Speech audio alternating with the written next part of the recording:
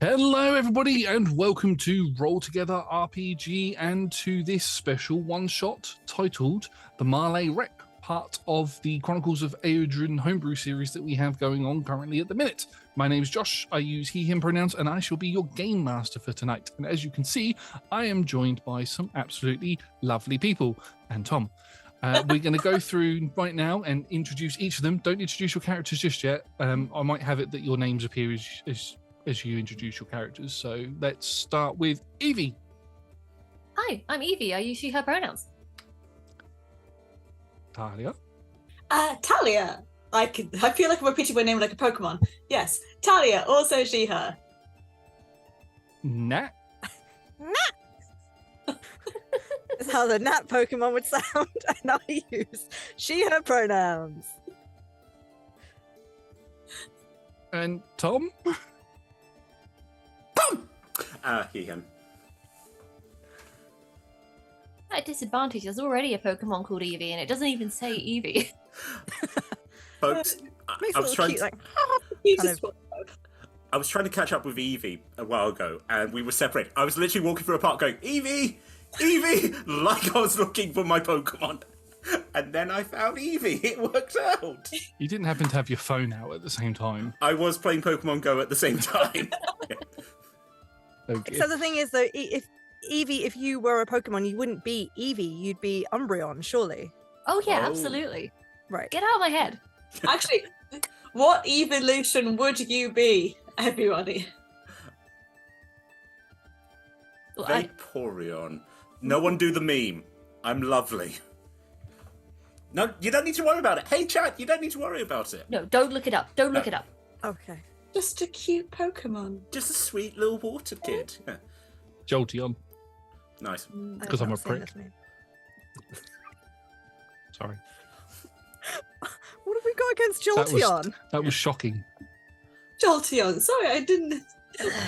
Why is everyone having reactions to the ones that are themselves? I love Jolteon. I was making a joke because it has prickly bits. That's because it's electric. Also remember, Sylveon, that's flesh ribbons. Those aren't ribbons, those are its flesh, and it just... That's me. That's the one I'd be. Oh yeah, I get flesh ribbon vibes from you. Yeah. Hello there! Observe my flash ribbons. And Talia. Did you say? No, but the problem is I can't think of anything I'd be other than just a bog standard Eevee. You could be a bog standard You could be a Eevee. standard Eevee. That's could be- alright. What haven't we done? We haven't done Leafeon, we haven't done...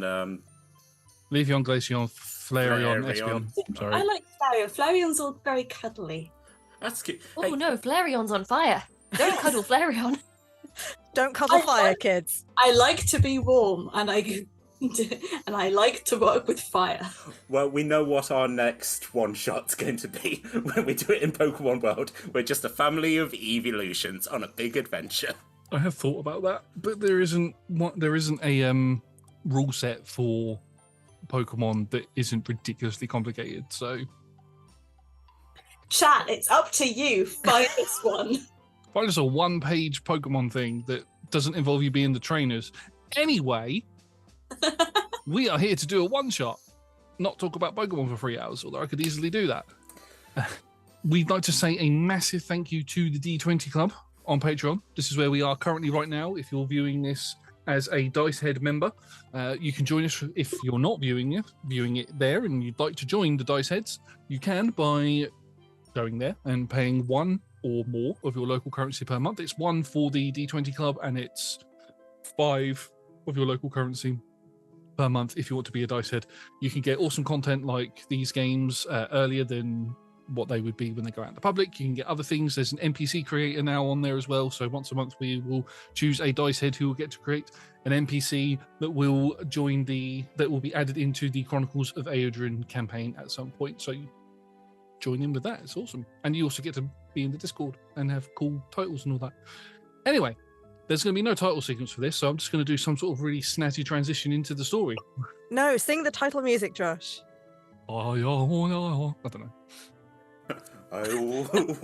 Oh, No, you got to keep the I don't know, because I feel like that's going to be thematic.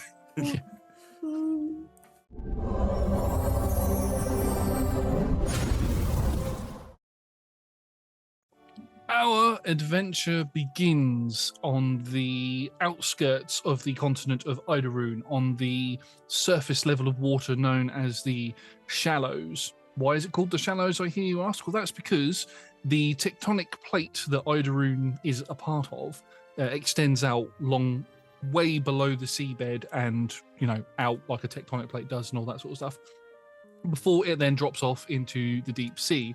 This is an area that is very commonly travelled by anybody who wants to get from A to B across the continent. And at this point in time, I should say that we are 55 years before the main campaign that is currently showing on Twitch and YouTube.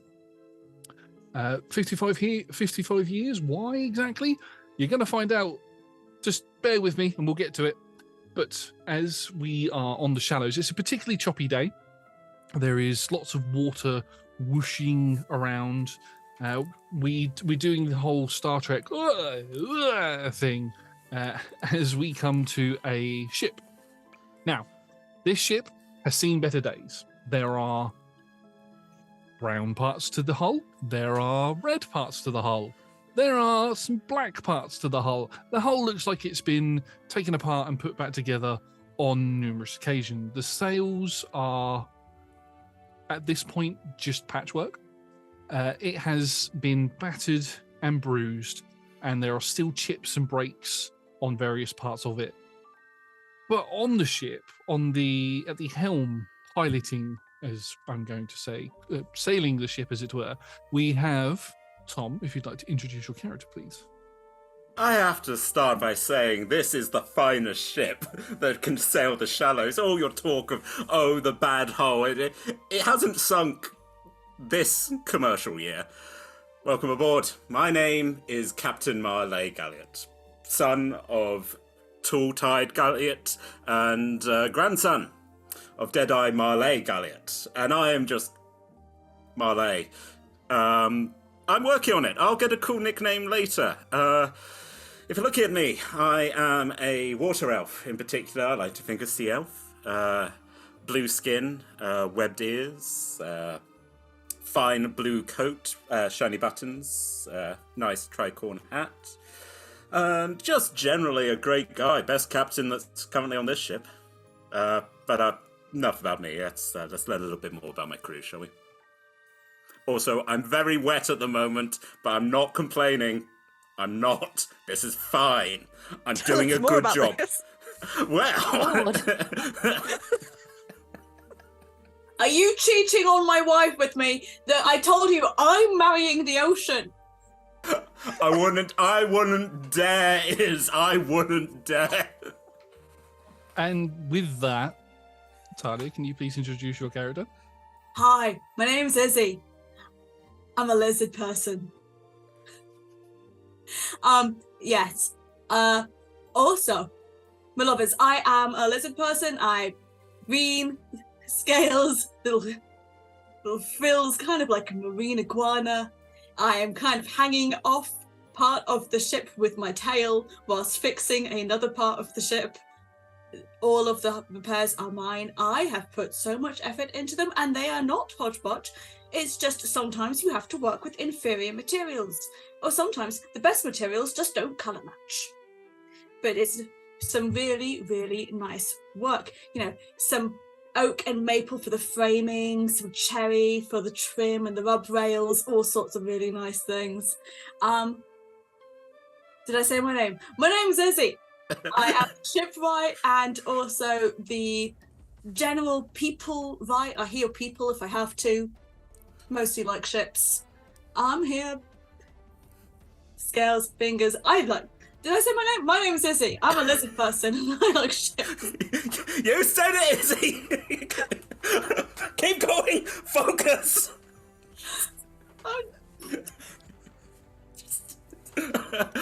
Careful! Wave! And then stumbling out of the hull, out of the stairways that leads down into the inner hull part, we have Evie. So, stumbling out of the hold, you have a 6'3" wyvern blood by the name of Nimbostratus, or just Nim, because if you're yelling her name in an emergency, monosyllabic is best. Nim is about 6'3", wyvern blood, with white to blue horns that come back. About shoulder length, very well coiffed shoulder length hair in like a 1950s style with blue eyes. Very pale white scales instead of skin, but looks very humanoid, with silver facial tattoos that come down her arms. Wearing pretend trousers that look like a skirt, but they're actually trousers. Secret pants. Yeah, secret pants. Secret pants. Secret pants. And is holding a very ornate and lovely staff with beautiful blue crystals up at the top. That's a very fancy item for a sailor to have. It is indeed. I Good got eye. it by completely legitimate means. Completely. Right, Captain? Wherever you... Tell the voice in the sky. It's legitimate voice in the sky, wherever you're saying them. Can you do something about the storm? I like a bit of adventure, but this is getting ridiculous. One moment, let me hear what the storm is saying to me. The storm is telling me you're a little bitch. That's Captain Bitch to you. No My apologies, fighting damage Captain my Bitch. ship. No fighting on my ship. I have a bunch of scrolls with navigation maps of the best way through the squall, and I'm just kind of at the captain's elbow, trying to point out the different ways, occasionally putting a gust in the what are they called? Sails. I know ships. We're very good at our jobs. What are they called? Sails. Sail.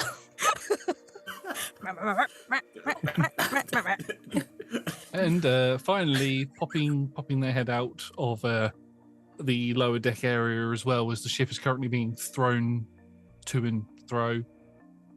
Matt, your character. No, definitely not there. Sorry.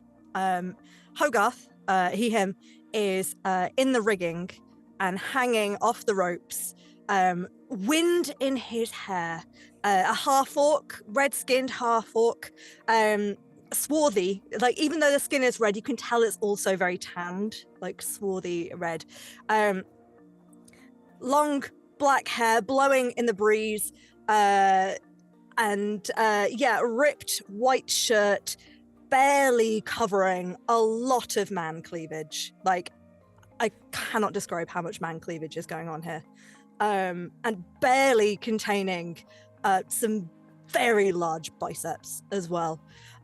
He's holding on to the ropes, a lute upon his back, and staring out towards the sea, looking for, I don't know, something. This is his job. His job is to hang off the rigging and look poetically into the far distance, until one of the other crewmates shout at him to do his actual job, which is like hoist the sails, pull the anchor up, that kind of thing. On that note, Hogarth, we're in a storm. Hoist the sails, goddammit! It's beautiful. I can just feel the sea embracing me. Oh, Okay. that boy doesn't have two brain cells to rub together. The sails, hoist! All right. As it just starts fully climbing over Hogarth to carry on going up the rigging. Here, let me give me a hand up. Ugh. Oh, You're basically thrown upwards. little spin, catch onto it with some claws, and then just go and retie something up the top of his con loose. The temptation helped. to get you to make some sort of strength check to see just how far you throw Izzy upwards. Does Izzy go to the top of the sails or over? I'm not going to do that though, because that's evil. I was It going was to only say a 12. Oh, that's well, also you- a great distance to throw. That's a nice boost that you've just given Izzy to get to the place where Izzy needs to get to. As the ship is being rocked to and fro, you are currently traveling down the I was about to say the Sword Coast, and we're not there. We're currently traveling. That's a different place. We teleported. Ooh, right. Went through the mists. You are currently traveling down the Storm Coast, south towards the town of Murkstead. You have set sail from the other port town of Grimport, which is to the north, probably 3 days ago now. And the storm has, although it's been quite a choppy ride, it has also accelerated your travel time. Normally it takes a lot longer than what it has, but because this storm has been very persistent, you've pretty much been blown to Murkstead by the time you can see it in your view, Marlais, as just in the distance you can see the another ship is currently docked there. You see the town lights and everything. There's a lighthouse that is doing its thing, so you don't crash into the rocks that are very close to you right now, because you keep getting pushed into them. Or pushed towards them. There's a rock! Thank you, Hoagie! There's another rock! Thank you, Hoagie! Wait, there's another rock! Oh, bless your heart. Hogarth gets a message in his head just saying, yes, I know, you absolutely rock. You don't need to point them all out, my dear. Yeah. Great job. Thanks, I try. I mean, I know it's redundant because we're all here, but land ho! So whistle. Yes, I go, there is land, Captain. I see it. That's And who are you calling a hoe? It's short for Hogarth. yeah. Obviously, yeah. voicing this Everyone calls him guy. that. Yeah. Everyone calls me Ho. It's just short for my name, Has no other meaning. No. Nobody tell him. Okay, as we're approaching land, I also sort of just whistle and I go, ring the bell! And weirdly, because all 4 of us up here, we still hear like a ringing of a bell. Someone else is ringing a bell to announce that we're about to land, which is nice. Fifth crew member. I think what we're going to do is we're going to see how well you land or dock with the port of Murkstead in its current conditions. So I'm going to ask for everybody to make an ability check. The ability check, however, you can choose depending on the role that you have within the ship. So as an example, if you want to be the person that is pulling on the sails like Hogarth does, then you can make that an athletics check if you want to. It's completely up to you. I would let you choose the skill that you want.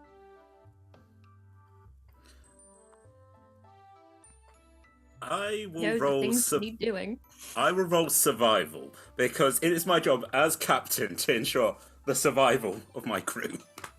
Sounds good. Make me a survival check. You can do this as if you've got the water vehicle proficiency, so you can add proficiencies to it. Oh, I do.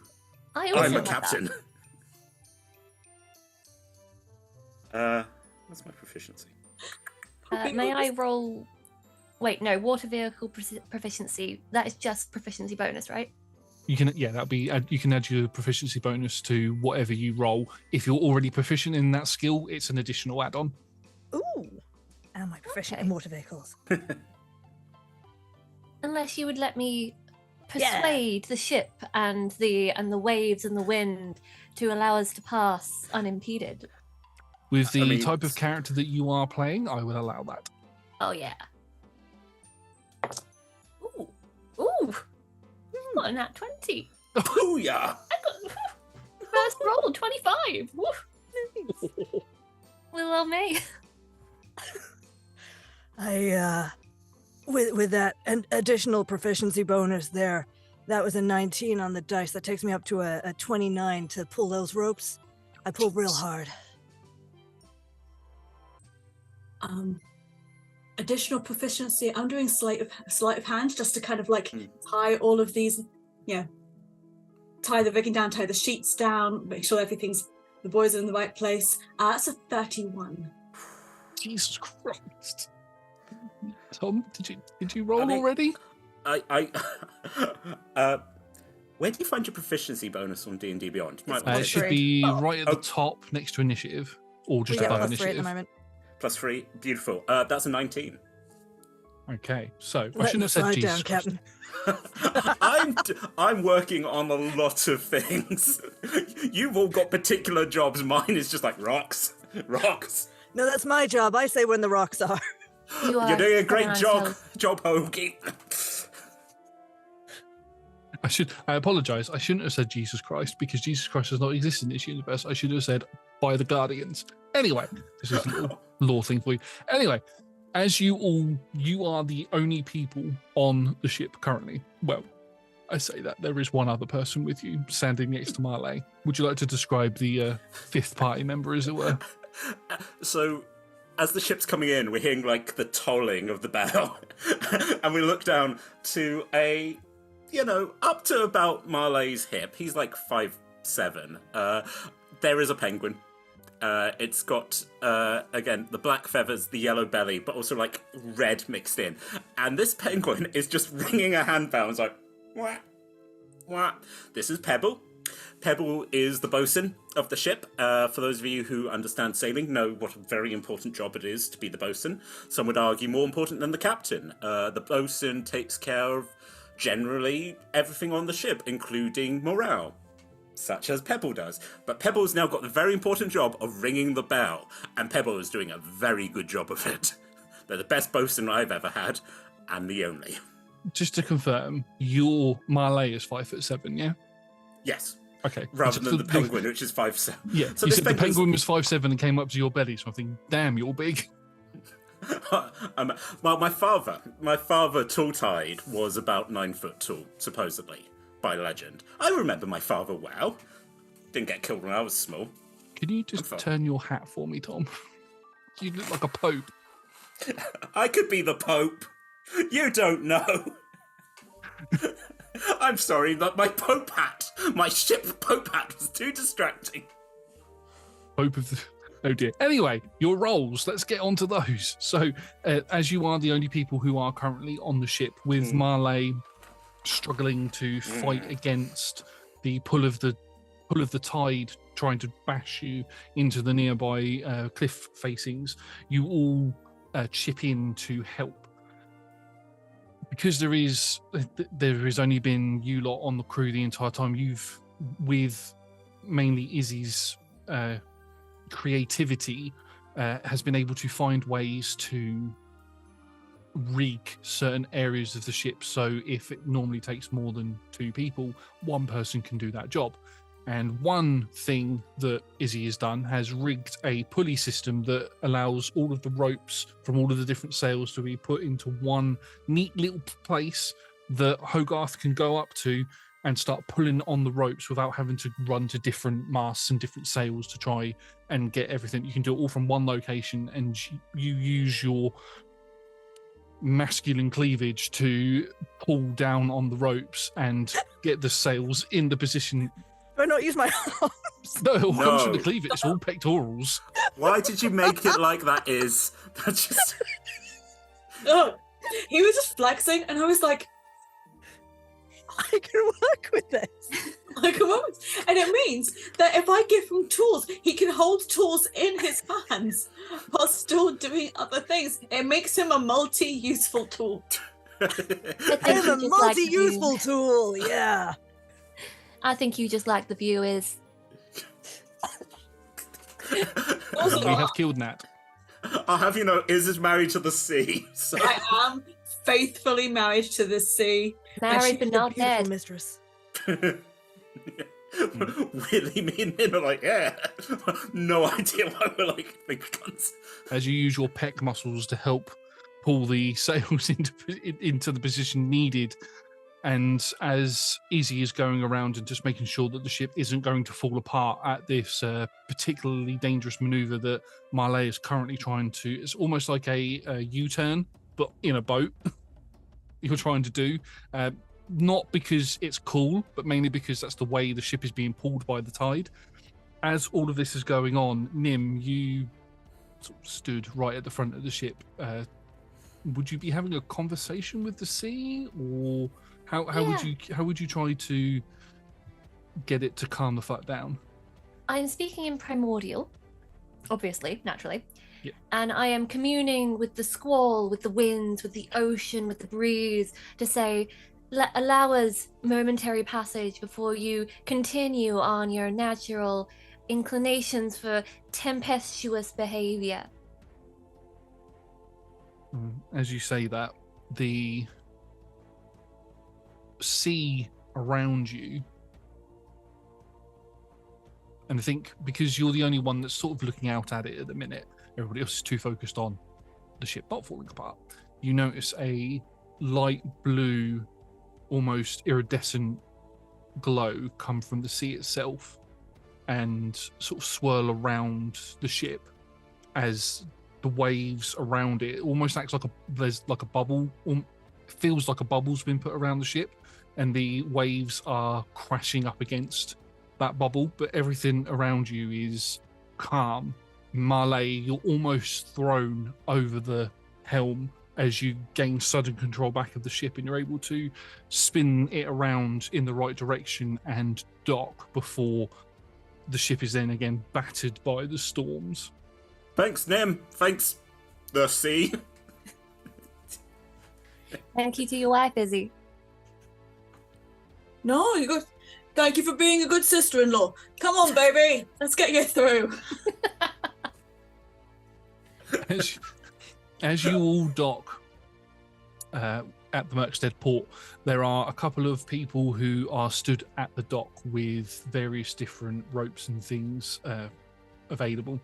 And as you clock in, they begin throwing the different ropes over so that they can be tied onto the ship. Plank is plank. What's it called? Gangplank? That's the one, thank you. Gangplank is brought out and is placed so that you can get access to and from the ship. And stood there at the bottom of this plank is an elderly gentleman, probably in his 50s or 60s, human, with a lot of grey hair, very smart-looking suit, big old book in his hand. You've all been to Murkstead quite a few times. This is the port's quartermaster, always checking in all of the various different ships and stuff, and looks the ship up and down, shakes his head as he begins writing something on a bit of paper. "Ah, yes, sir, the Marlais. Good to see you again. Yes. Well, what are you bringing to Murkstead today? Not more trouble, I hope." Of course, quartermaster. Of course not. No, we're simply we're bringing in goods and sundries for the orphans and the three-legged puppies of the community. Fruits, blankets, salted meats. Nothing that needs to concern anyone. Oh yes, I'm definitely going to write that down. Good, very good. Holds his hand out. I'm going to write that down. Of course. Just lick it. As How many times Marlais like- searches pockets, I just kind of flip a gold coin over. You're learning various odds and sods for the orphans, right? Yes. You know it. Go about your business. Taps his quill on the pad of paper like a pen, like you would with a pen that hasn't got its ink bit out. Taps it, puts it into his ear, turns around, and begins walking off. Leaves you to it. Oh, behind his ear. Behind his ear. Yeah. Well, I've had enough of these guys. Is the pen behind his ear or the coin behind his ear? Bit of both. That's to just say giving at me this an point? idea. That's just giving me an idea to play a Hexblade Warlock that pulls his weapons out of his ears. Ooh. Anyway, Can I get the coin back? you can certainly make a sleight of hand check to get the coin back. Is. That is 25. They've done this trick before. Oh, Like It's the Nim and same Izzy, coin. it's Oh yeah. Even if I rolled, I would not beat that. So yes, you are easily able, by whatever means you choose, to grab it as he goes to turn around, because he takes his eye off of it, which is something he does all the time. He's instantly looking for the next ship that he can go and find out what's going on with it. Or, there's stuff being prepared for ships that are coming in to be loaded onto them, all of this sort of stuff. So you're easily able to grab that coin. You can either add a gold coin to your to your inventory, or you can give it back to Nim. Let's put it back to him. This is the way it all works. It's the same coin every single time. And I like to think it's the ship's pot. Yeah. So it's not like my personal supply. That's hidden away. No one else knows about that. I think as you put the coin down, you just say that. And Pebble puts up, takes the coin back, and goes and puts it in the save for a rainy day pot that we have down below deck. So, Also, the swear jar is right next to it. yes, It's very full. well, yes, we are. It's weird. I don't know who monitors it because we all swear like sailors, but No, it's been established. We don't swear. We say, by the Guardians! And that's the only swear that we can use. Yes, the only I did slur say you're allowed. bitch earlier. Yeah. Oh, this is true. Well, technically, I acknowledge it as my name, so I guess that's not a profanity. What if that's the thing before your name? What, that I'm bitch Marlais? Okay. We're added to Marlais. Captain Marlais, the little bitch. Hey, no one said little. I did. The wind did say little. Yeah. To be fair, as I said, his father was supposedly 9 foot tall, so he would be the little Marlais, little bitch.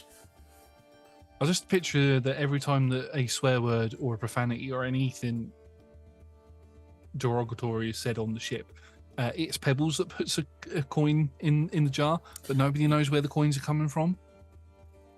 Not my personal supplier, I hope. Not certainly the personal supplier. No, not the personal supply, but they're coming from somewhere. Mm. Secret stash on the ship, maybe? Don't know what Pebble gets up to during their short time. And we We've don't. all got secret stashes on the ship, okay? Fritz. I built the ship. I have so many stashes in this ship. It's just like steps on one plank and like various things open. And it's like, yeah. Whose stash was it this time? I don't know. Also, I do keep moving people's stashes. I leave IOUs in the place where they've gone, but I do keep moving them depending on what I'm doing with the ship. There is one gold chest that is just full of IOUs. That's it. They all circle back to the chest. Yeah.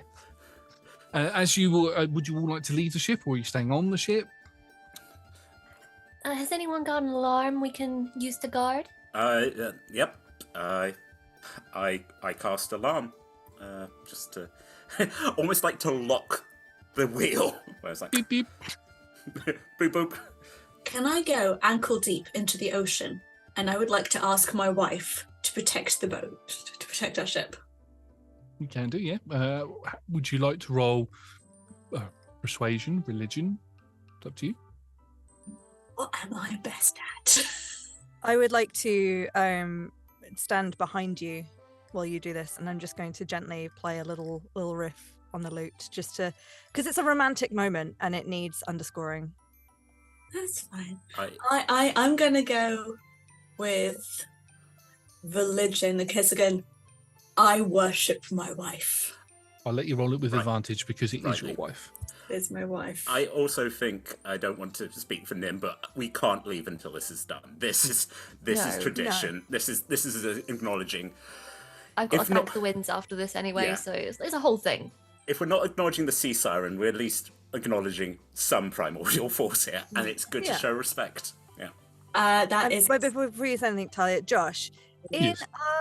in the main campaign, when someone already has advantage and someone gives them, I don't know why I'm doing this, someone gives them help, that adds a +1 It does, yes. So just so we Can- don't is it help- 'cause waste I'm- advantages.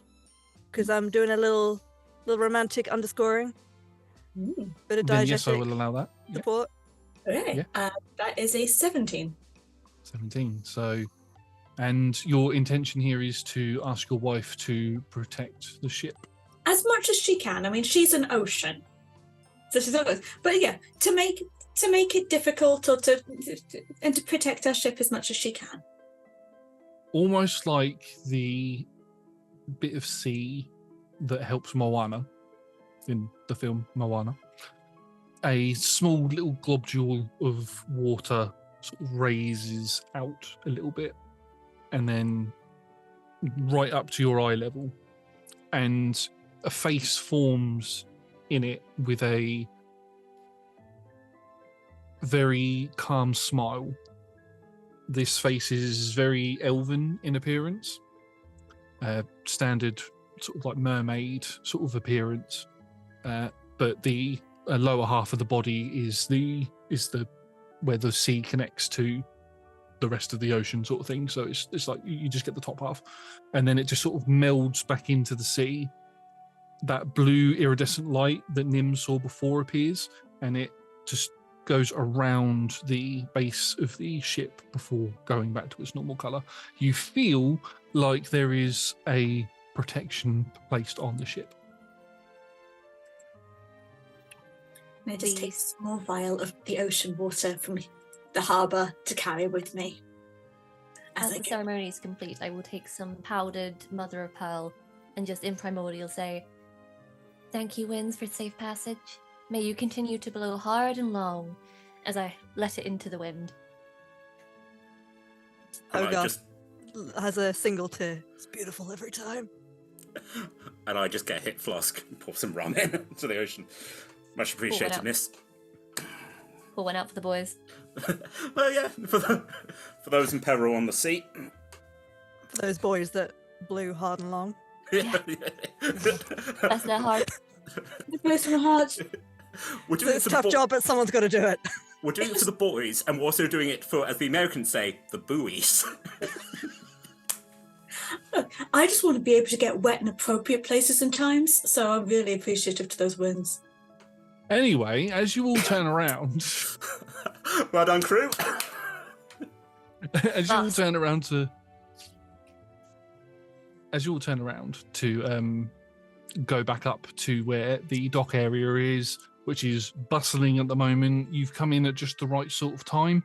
The storm is still raging around, so it's not as if the dock area is completely immune to it or anything like that. There is things being blown around, but these people are used to it. They work through it. You can see stood with their arms crossed, dwarven man, probably going off of human years, probably in his early 50s. He's got a full head of hair that is greying, and it's a brown colour at the minute, but it's greying in places. Soft brown eyes as he looks you all, soft grey eyes, sorry, as he's looking you all up and down. Very fancy looking leather armour he's wearing. Ah, Marlais, the crew of the Marlais. It's good to see you all. My dear friend Solomon, how are you doing? Safe returned, you see, and we'll be around later to make sure that the orphans are getting good care. Yes. Did you happen to pick up that thing that I asked for? Josh, did I manage to pick up the thing he asked Yes. for? Yes, you did. Of course, Solomon. We'd never let you down, you know. Seal of approval. You can always trust the crew of the Marlais. Fantastic. Do you happen to have it on you, or is it on the ship? It's on you. I'm going to do a perception check because actually, are we going to would we do an exchange in public, or is it more like we'll go back to his? At least, yes, of course, we've got that. You would more. It'd be more that you'd go back to his. You could acknowledge him that you've got it, but you, if he's asked you to get a few things in the past, and it's normally you give it to him in his quarters. Please don't take that the wrong way. You don't know what I do. Like... I am the pirate king, you know. No idea what that means. Anyway, it's sort of like of course. I was about to say your place or mine, but that's very forward of me, isn't it, Solomon? I'm not one to deny someone being forward. I've been at sea for a very long time. I think we need some time. I think we all could do with some time to get our land legs back. But yes, no. Maybe if you come by later, I'll help you polish your boots. And he winks at you. I wink back. Wow. That's actually quite rude. The captain's boots are always kept very clean. I mean, no disrespect by this, but really look at them. They've been spit shined. I've spent a lot of time spit shining them. I have a feeling that they're about to be even more spit shined. I put my foot up on a rail and do the Captain Morgan pose, and then bump, which is very weird for passers-by because this man is just like, look at my boots. But no, yes, we'll be around later. I'd actually come to collect you all. The mayor would like to have a word with you all, if that's okay. It's a special request. Mayor's an old friend, so you don't have to worry about that. But it's a special salvage request that they have. So, do they have any wood or tools for wood? I was going to go to that the cedar groves over there and go pick up some new, because the Marlais wants to go and get some new decking. Oh right, yes, I'm sure we can sort some stuff out for you. I've got the payment for the retrieval of the item from Marlais to give you, so we can swing by my place to do that at the same time if you like. It's on the way to the mayor's. Is the mayor's also, like, on the way to the orphanage? Just right next to it, pretty much.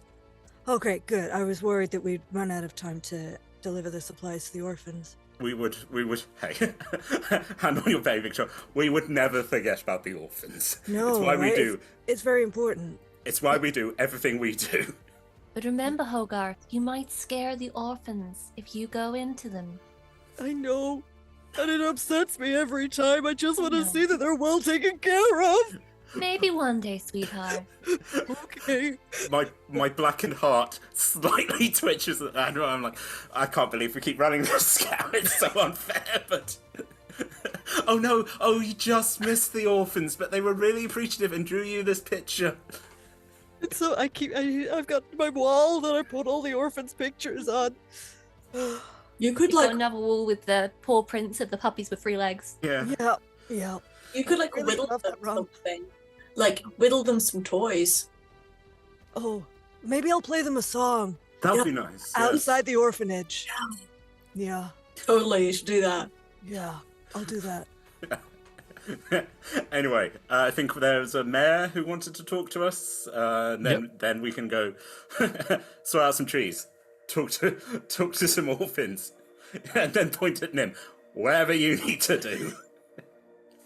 Well, I think we need to sell some of our wares. Of course, yeah. No, we need to clear up. But yes, no. Street's probably not the place to be discussing this. Lead on, Solomon. Yep, follow me. And he begins walking. You can see that Solomon is not walking with a walking stick. He's walking quite briskly.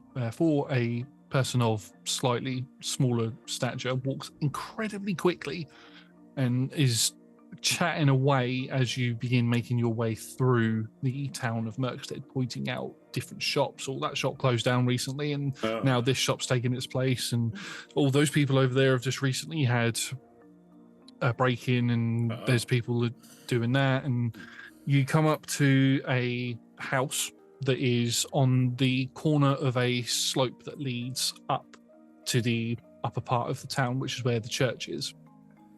The orphanage is attached to the church, and the mayor's house is there as well. And Solomon goes through the gate to this house and opens the door. Would you all like to come in for a moment? This is my place. Yeah. Yep, come in then. Right, just before, and as you all walk in, he shuts the door behind. It's made of very stern brick and wood, and he just looks to you, Marlais, and goes, can I have that now, please? Reach into my large pockets and hand the package over. And as you hand the package over, it is a medallion that's the size of your hand. And on that medallion, it's got 7 gems on it that form into a star, and in the middle of that star there is a dragon symbol, the profile image of a dragon. And he takes that off of you and he's like, right, okay, thank you for this, Marlais. It's going to be very handy in my research. Bear with me. And you hear as he disappears up the stairs and comes back down, not holding this medallion. I'd like to call a flashback of us like standing around the table going, so so how much do you think it's going to be worth? Because look, I don't want to screw Solomon over, but if it could afford all our repairs, then maybe I look to Nim going, do you recognise this? Is it? Do I recognize it? Being You can wyvern blood. you could make a religion check. Okay, I Pebbles, can try. Pebbles got one of those little like jewelers islands, like looking like, wow. Dirty 20 on religion. I will say that as a wyvern blood, which is one of the dragonkin ancestries, the going way back in the dragonkin history, it is believed that they are descendants of the primordial dragon Bahamut, which is one of the 3 primordial beings of the world. Not sort of like a higher level than a god sort of thing. And that looked like a piece of... what's the word? like a religious item. I'm going to call it an artifact. Yes, it's like a religious artifact for Bahamut. Although the 7-pointed star seems out of place. From the way you looked at it, it looked like it had been two things put together. So it looks like one of two halves. One of two halves, yeah. Might be like a piece of 7, piece of 9. Is it a piece of 9 in Pirates? One piece of 9? 8. Piece of 8. Piece of 8, there we go. I think we Subtle have random, Infinity but okay. Stone. Now look at if it's been part of something. Can I look at the mechanisms to see how it would join up theoretically? Yeah, okay. So we'll keep this all in the flashback because obviously the item's gone now. But you could make a investigation check if you'd like. Okay. Can I let Pebble give advantage? Because there's Pebble like hands up there, like the jeweler's loop. Yeah, I'll allow that. Thank God for that because I rolled 1. 19. 19. So with that, looking at this medallion, you can see that, like I said before, the 7-pointed star is like one layer, and then the dragon portfolio bit is another layer that's been placed over the top of it. And then the other side of it looks like there's a few like gears and some like little portholes and things. It looks like something else can be slotted in behind it. So it looks like it's not a complete piece. Captain, I think that this is probably worth a hell of a lot of money, maybe another ship's worth amount of money. But is that worth sacrificing our relationship with Solomon? I suppose not. And knowing Solomon, he's probably going to keep us in good keep. No, I guess, mate, we're going to stay honest for one more journey. However, if he has the information for such artifacts as these, perhaps once we hand this one over, he'll be more talkative about locations of other such valuable pieces. And if there are, let's say, less exciting pieces that happen to do, granted is that we sacrifice for the goodwill of the ocean itself, of course. But no, let's keep the dwarf sweet, shall we? Is that what we call it? Hey, he's got the finest grey eyes I ever did see. As we flash back, and then Marlais like, look at him go. As Solomon comes down the stairs, he's like, right, I'm ready to go. Payment is actually at the mayor's house, so I'll give that to you there if that's okay. I mean, the money's there, so I can't do anything about that until we get there. So follow me. And he leads you all out of the door and up the slope area that takes you towards where it's like upper Murkstead, but it's not like a upper Murkstead in terms of this is the posh area. It's just because it's on a higher elevated piece of ground. You can see off in the distance the very large Church of Balance. There is various parts of scaffold. It's covered in tarpaulin and scaffolding and all of that. It looks like it's undergoing some sort of repairs or upgrades or something. Next to it is a large building, single-story building, and you can see that there is a almost picketed fence that goes around it and off round behind the church and this building, and you can see there's children playing. There's like play sets and stuff. This is the orphanage/school, and there are loads. Captain, hide me. I cast invisibility on you. Okay. Oh, phew. One day, Hoagie. I actually think if you're willing to sing them a song, we can slowly introduce you so they won't be too afraid. Do you think they'd be scared if I sang a song now while invisible? They might think it was a ghost and be even more scared. True. You want to be very careful and remember this spell will only hide you for so long. Okay. Think of like the perfect song, like gentle, like the ocean waves on a nice kind of breezy day, but where it's just like a gentle breeze getting you from A to B across the sea. Every song is like that in my soul, Lizzie. Every song. I'm going to send a message to Captain Marlais and just say, I don't know how long my heart can keep up this ruse. Message back. I think we do the introduction via song, and then it turns out the kids are all convinced by the magic that is our sweet boy's beautiful voice. Well, we're gonna have to come up with some kids first. You just hear on it. Which is like...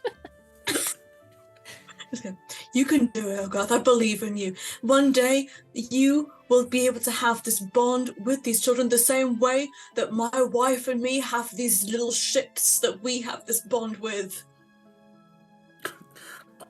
I just want to be friends, Izzy. Just to be clear. The ships are the children, so the children are the children. So the children are the children. That's okay. Also, by that logic, we're also...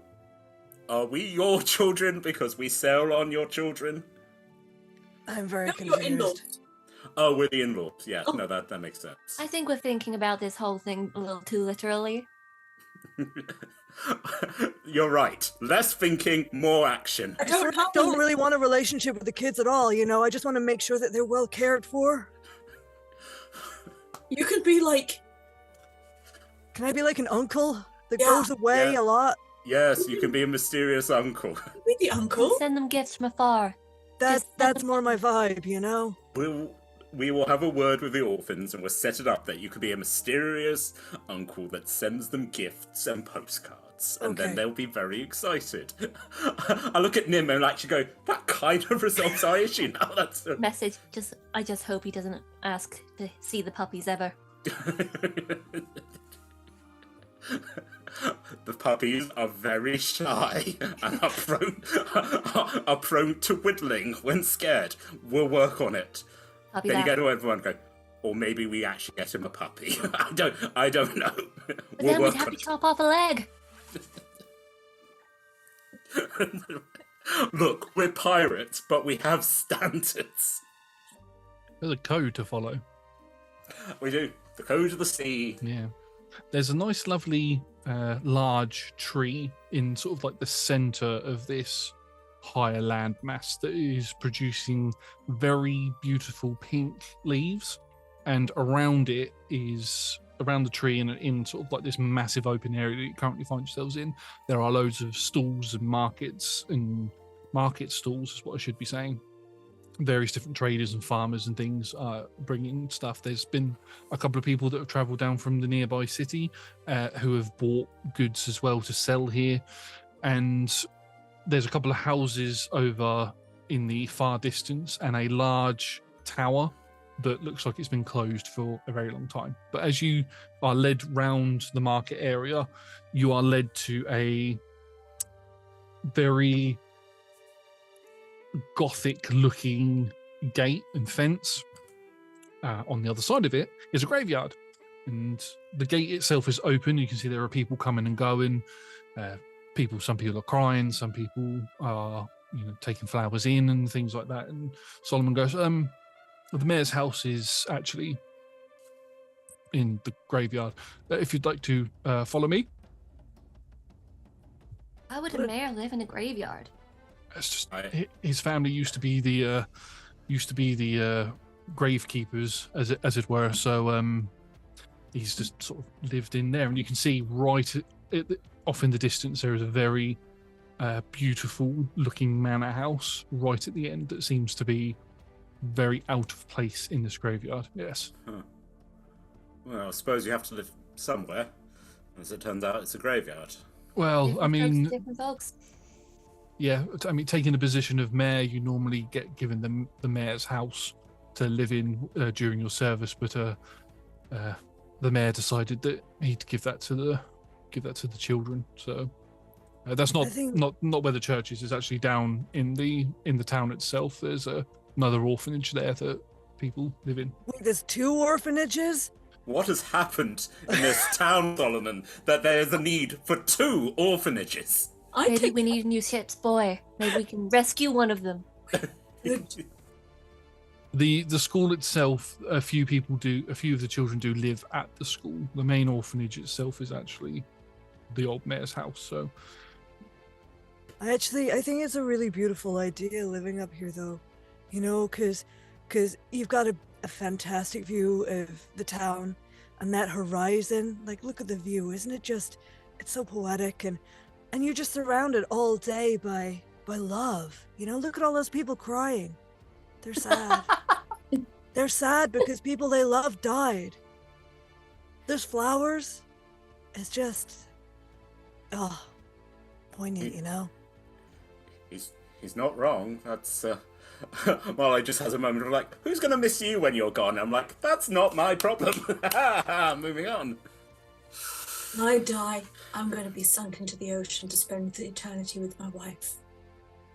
I'm not going to die for another 700 years, so I think I'm good. Well, I'm glad we've all planned out what we're going to do when we die, but no time soon. Oh, I've not. You work on it, Hoagie. You have a little think. Okay. Yeah. I might be a while. Okay. Strange thoughts come into your mind whenever you enter into a graveyard. You know, reflection on life happens. But anyway, you walk through the graveyard and you get to the house, and the sign outside it says the Hammerin Manor. And as you get there and Solomon knocks on the door, a man opens it. Human man, early 20s, looks you all up and down. Have you come to see the mayor? Yeah, we come to see the mayor. Please come in. Looks you all up and down. If you could all please take your shoes off, that would be fantastic. Thank you. Oh, I've not been wearing shoes the whole time. If you could wipe your feet, then please, that would be brilliant. Look at the other two. Like, do you remember when the last time you took your boots was? No. I went swimming. Oh well, that's fine. Look at the. I will warn you that my associates and I, apart from this one here who swims, we have just come off a long sea voyage. So, pardon the intrusion. As I take off the boots, the slightly damp boots and stuff, as a water elf just gently squelch. Roll for foot musk. Yeah. These are not feet for polite company. I'm just gonna roll a d20. It's an 11. You know, I changed my socks before we set sail 3 days ago. That's fine. Do a little bit of a gust to take the smell out the door. Thank you. Thumbs. You need to go clean your feet and change your socks every day. I'm not going to go heal your feet if your feet rot off. Wait, Well, that can happen? Yeah. It's How do you true. think the three-legged puppies got that way? Oh no, I've broken his heart. No, they've got Hoagie. They have the best care. This is why Murkstead's the best place for the puppies. That's why there's so many three-legged puppies, because people who don't take care of them, they get brought here and be cared for. I just don't understand why they'd put them in the water if their feet. I hug the lot. They're there, mate. You're good. I didn't mean it. I was lying to you. Put one finger up to the servant, like, one moment. I need to comfort my ship's rigger. Just shush. There. It's fine. It's fine. It looks like they're laughing more than crying, but it's fine. Yep. They are of a most jovial and upbeat atmosphere. Even when they feel sorrow, they take joy in it. Like the funeral, they know that they were truly loved. Hoagie is one of a kind. I just feel the emotions really deeply, you know? And that's why we love you, Ho. Yeah. Okay, right. Please, this way. Let's get paid. The mayor is ready to see you all now, and this manor is exquisite. Although the mayor has given the mayor's house to the orphans, this place looks like some money has been spent on it. It is, glistening and shining, and there's not a single thing out of place other than maybe the five of you. Even Solomon looks slightly out of place here, and Solomon's wearing a very smart leather armor. So But you are taking upstairs, and you are taken to what would be considered the drawing room. And as the door opens, you can see there are 3 figures in this room. The first is a dark-skinned dwarven man, short hair, sort of brushed up, almost like anime style, brushed up into a sort of like spike type thing. Short glasses, very short beard that extends down to just below the mid of his neck.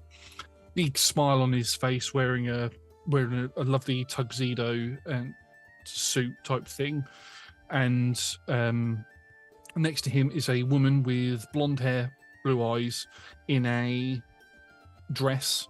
Again, these are both dwarves. And the third is another dwarf, very, very small, very childlike, is slightly darker skin again, looks very... You can tell that these are mother, father, and child. And Solomon walks in and goes, Taliana, it's good to see you, sister, and goes over and gives the female dwarf a big hug. And she's like, yes, brother, yes, so it's good to see you. It's not like I hadn't seen you yesterday or anything. I know, but, I haven't been here for a while, and, you came to my place, and my place isn't that nice as here, so, Kimdak, brother-in-law, how you doing? Yes. I'm good, brother. Are these the gentlemen from... Gentlemen, I apologize. Are these the people from the ship that recently docked? Yes. I told them that you have a job for them and that there's also a bit of money for the job that I requested. Yes, I know. I've got the money for that. Bear with me. And he walks over to a safe and pulls it open. And you can see there are more money bags than you can count. Grabs one of the money bags, shakes it, looks to Solomon. Solomon's like, for podcast listeners, he shrugs his shoulders. Kimdak puts his hand in again and pulls out another bag, shakes them both. That's enough. Comes over and puts them on the table. If the table was made of less good quality, it probably would have buckled under the weight. I think this will do for the payments of the item retrieval. If you'd like to take that, that's fine. For all of your benefit, that is the equivalent of 2,000 gold. Ooh. I take, but kind of acknowledge each crew member where I'm like, yeah, this is money. This is going, like, you want to go fix the ship. You want it, all the things you want. Yeah, this is what is going on. But thank you kindly. And I hope you will keep the Marlais in mind if you have any other jobs. I do actually have a very important job that I'd like to speak to you all about right now. Well, perfect timing then.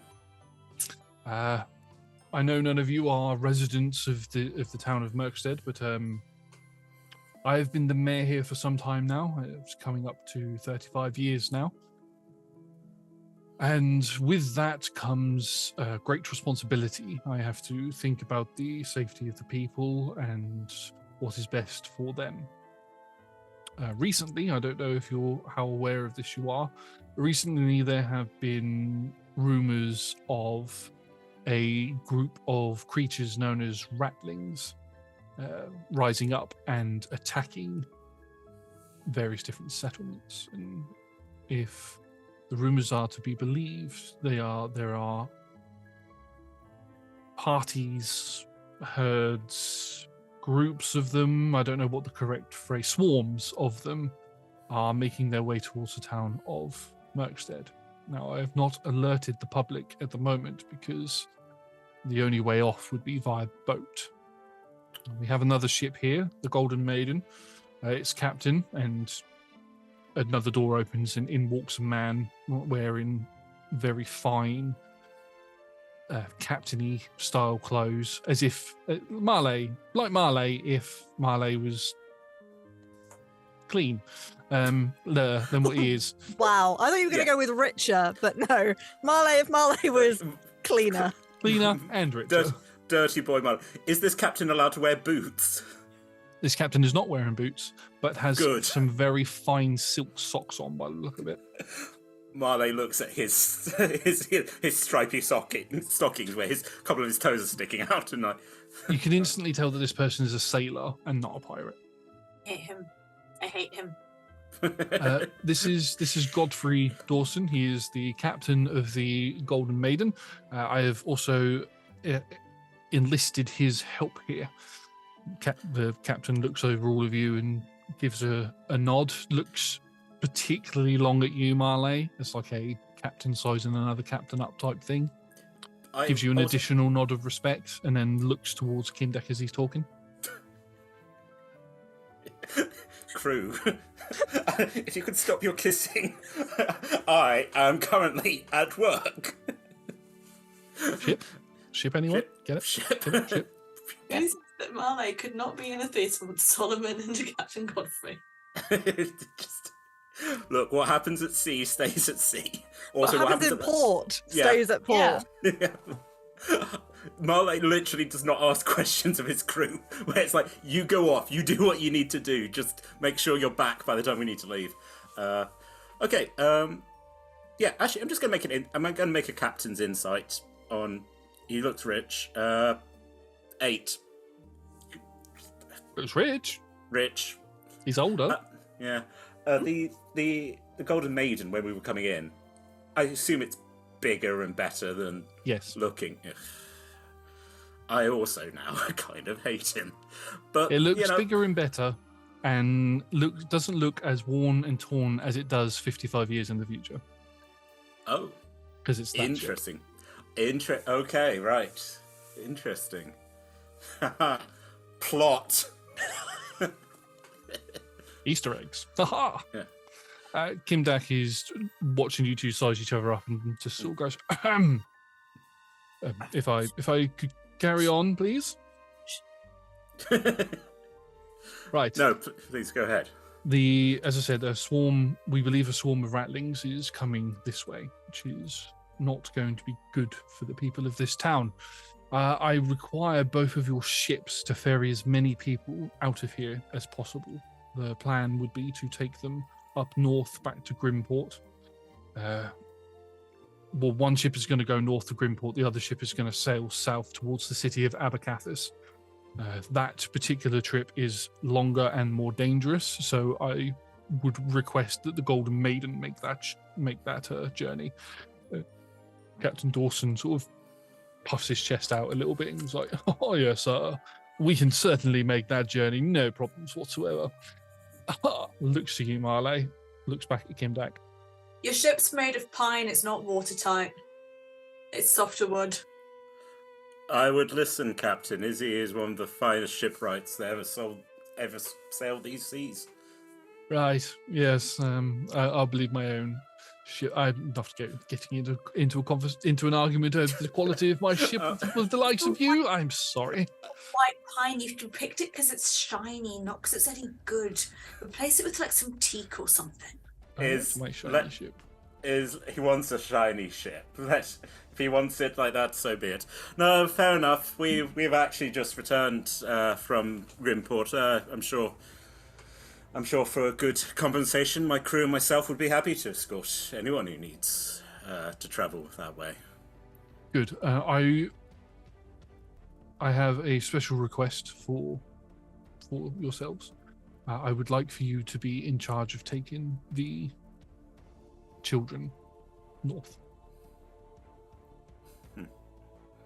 Those who do not have parents. Oh. Wait, I'm invisible. Yeah. Oh God has raised his hand. It's invisible. I think if you would like to not be invisible. No. No, It's okay. funnier this way. Okay. There's just like a shimmer over, like we can. I think like in the animation we see like a ghostly hand going, but none of us can see it. So we're like, so the children, yes. Captain. Hold on. Yeah. I don't know why I suddenly went West Country there. Captain. How do you? Oh my God. Hey. Where have I gone? Captain. There we go. Good to find you again. Went on a journey. Yeah. I went on a journey of my mind. Oh, it's a big day for Hogarth. I don't know where I am anymore. It's Captain, okay. Yeah. Yes, Hoagie. I don't know how long this magic that Nim has put on me will last. What if the children get scared while they're on the ship with us? And what if they jump overboard? Well, holding up a finger to their window. Hold on, I just need to talk to my morality officer. No, I don't think that's possible. I think this is a perfect chance for the young'uns to get to know what a sweet and gentle giant you truly are. We can introduce you, and then we can inform them that there are scary things at sea, but you're not one of them. And in fact, you and all the others will do their best to protect the children. Turn back. Yes, no, we'll happily take the crew. You're doing a great job, Hoagie. Don't worry. Okay, thanks, Captain. You're very welcome. Yes, the taking the children to Grimport is a great responsibility. The journey to Grimport is shorter, so there is more chances that they will survive that particular journey. Whereas if we were to send them south, it's less likely. I mean, cards on the table there, old man, yes, but no, with the protection of me and my crew, I'm sure that the young'uns will be absolutely fine. Of course, we do need to restock and prepare, and probably need to childproof the ship. So when exactly are you planning for us to... I think I take one of the bags and I hand it to Iz already, so there's like 1,000. I'm like, childproof, click, point, the ship. Yes, Nim, did you have a question? Yes, just how soon do you want us to be making this voyage? I don't know if you've noticed, but there's quite a squall out there. The rumours suggest that the Rattlings won't get here for at least 3 days, so we have tomorrow to prepare and begin to ferry people. I'm going to be making the announcement itself tonight at the festival that we're currently having. So, or going to be having tonight anyway. I'm going to make the announcement that we need to evacuate the town temporarily. Okay. Always do love it when we're coming to port during a festival. Yes, we'll... So, what do we need? Sign contract, agreement, gentleman's handshake? But yes, no, we'll happily take your children, if you know what I mean. Good, right. There'll be a very hefty payout for this as well, so... with Care to the put a number on that? with a sum of money on that, is that what you said? Yeah, a number on that. It would be 5,000 up front and another 10,000 on return. The intention would be for you to return the children to Murkstead once the Rattlings have been dealt with. Ah, okay, so... I was going to ask, actually, what... sorry, out of character, have we been to Grimport before? Yes, we've been to Grimport before. It's pretty much a mirror of Murkstead. Okay. In terms of appearance and stuff. The only difference would be is that Murkstead is surrounded by quite a few mountains, and there's only, unless it's by sea, there's only there's only one other way out on foot. Whereas Grimport is more open. You can just come and go from like multiple directions, sort of thing. It's a child-friendly town. Yeah. Yeah. I also child-friendly town. Yeah. I also think you said we set sail from Grimport when we were coming back, so we have just recently within the last week. Yeah. Actually, while we're talking geography, Abercathus, is that not like it's not like just south? It's like south and all the way around. Yeah. So that's why. So it's south. So you got to go all the way around part of the continent to get there, which is why it's going to be longer and more dangerous. Because there's not much in terms of places, there's nowhere to stop along the way. Whereas if you were to go north, there's a lot more cliff faces and mountains along the way to get to Abercathus. Whereas if you were to go north, you can easily dock in the, you can easily weigh anchor in the shallows and then take boats out in to get to land if you needed to go get supplies from a nearby village or something, or forage in wildlife or anything like that. Sorry, Talia, I think I cut you off. Oh no, that was a more interesting question. Mine was just thinking about why Hogarth wasn't paying attention to the Grotan's probably just been playing too much music and just fantasizing about the world around him with lights and flowers. It goes with the flow, like all of us should. Also, do we have to... we're dropping the children off, right? We don't have to just keep them on the ship until you get the sign. No. You drop the children off. The mayor of the town up there knows that they're coming and has allocated spaces for them to accommodate for them there. The request is that you would be the ones to bring them back once you had been notified that the ratlings have been dealt with, or the vermin, as people are calling it. They're calling it the Vermin War. Oh. Well, just one moment, if you don't mind. Just usher the crew out. Okay, fine. As we know, it's a democracy, but I am the captain, and the bosun gets a. So, what are we feeling? You happy taking this job, crew? It's a quick turnaround, but it's going to pay Captain, well. We're saving orphans. It's a no-brainer. So that's one for doing the kind-hearted thing, crew. It may damage our reputation as fearsome pirates, but I can't see anything wrong with the amount of compensation we'll be getting. So that's About what if the children decide that they don't want to go home, that if they're orphans, they have no tie to the land and they want to go on a line of adventure as well? Do we still get the money?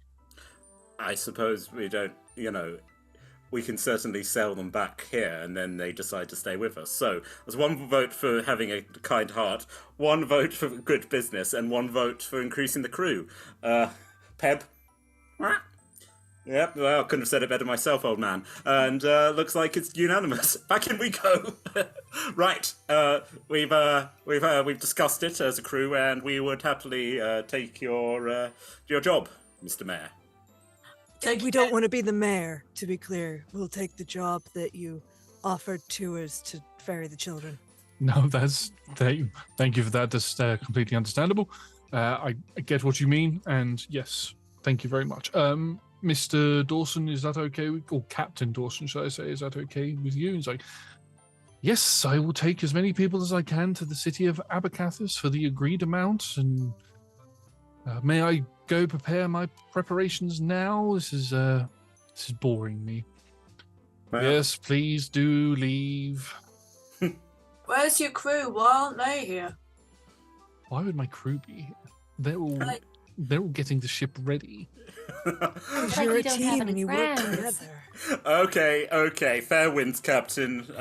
See you on the high seas. I want to insight Captain Dawson. I don't like his face. You can insight Captain Dawson if you'd like to.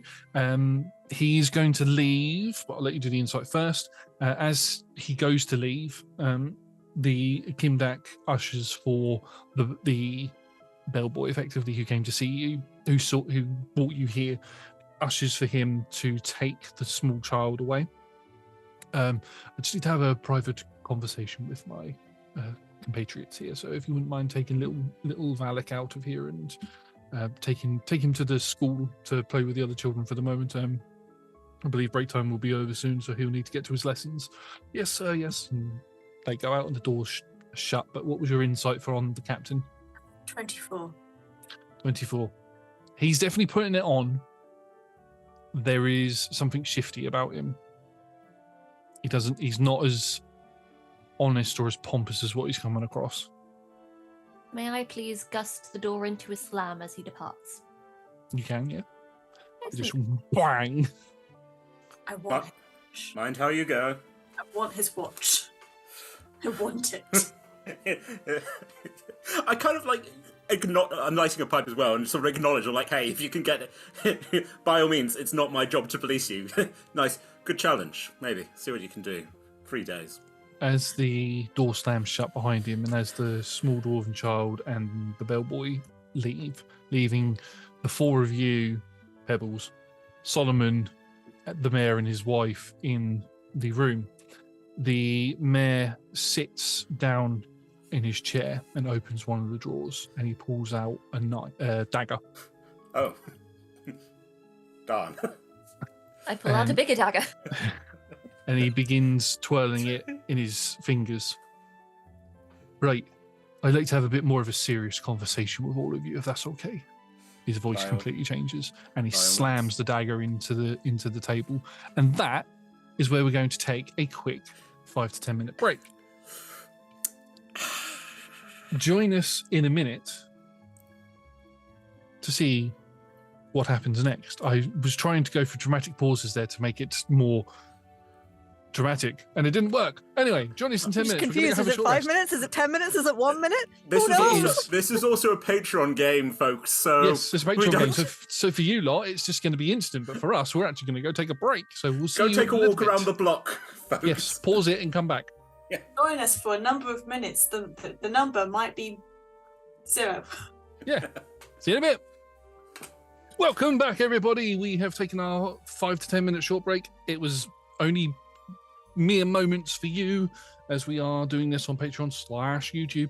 So there's no need to put that 5 or 10 minute break in. But yes, we have had our short rest. We filled our drinks up, and we are ready to get back into the action of the Marlais wreck. What does it mean? We'll surely find out. Anyway, I think you mean we're ready to get into the action of Marlais, right? Marlais Yes. is getting action. So, gonna get all sorts of Kimdak, I action. see you've got a large dagger there. I also Impressive. think that Marlais is the wreck. Let's be honest. Yeah. There's a reason the ship's not in the best condition, and maybe Marlais himself isn't in the best condition. But anyway, I think you were threatening to kill us, Josh. I was threatening to kill you. Wait, I what? was screaming. What's happening? Oh, Yes. So it was just more flirting with the captain. yeah. I was much more. In the first half, we met the crew of the Marlais as they pulled into port using their various different skills. They then did their usual docking rituals that they would do, speaking to sea wives and making peace with the wind and other various things, when they met a young Solomon who had requested that they bring an item back for him from the north. That item turned out to be a part of a medallion with a 7-pointed star and a profile dragon face on it. Further inspection in the flashback revealed that this isn't a completed thing and that there's more to it. So, who knows?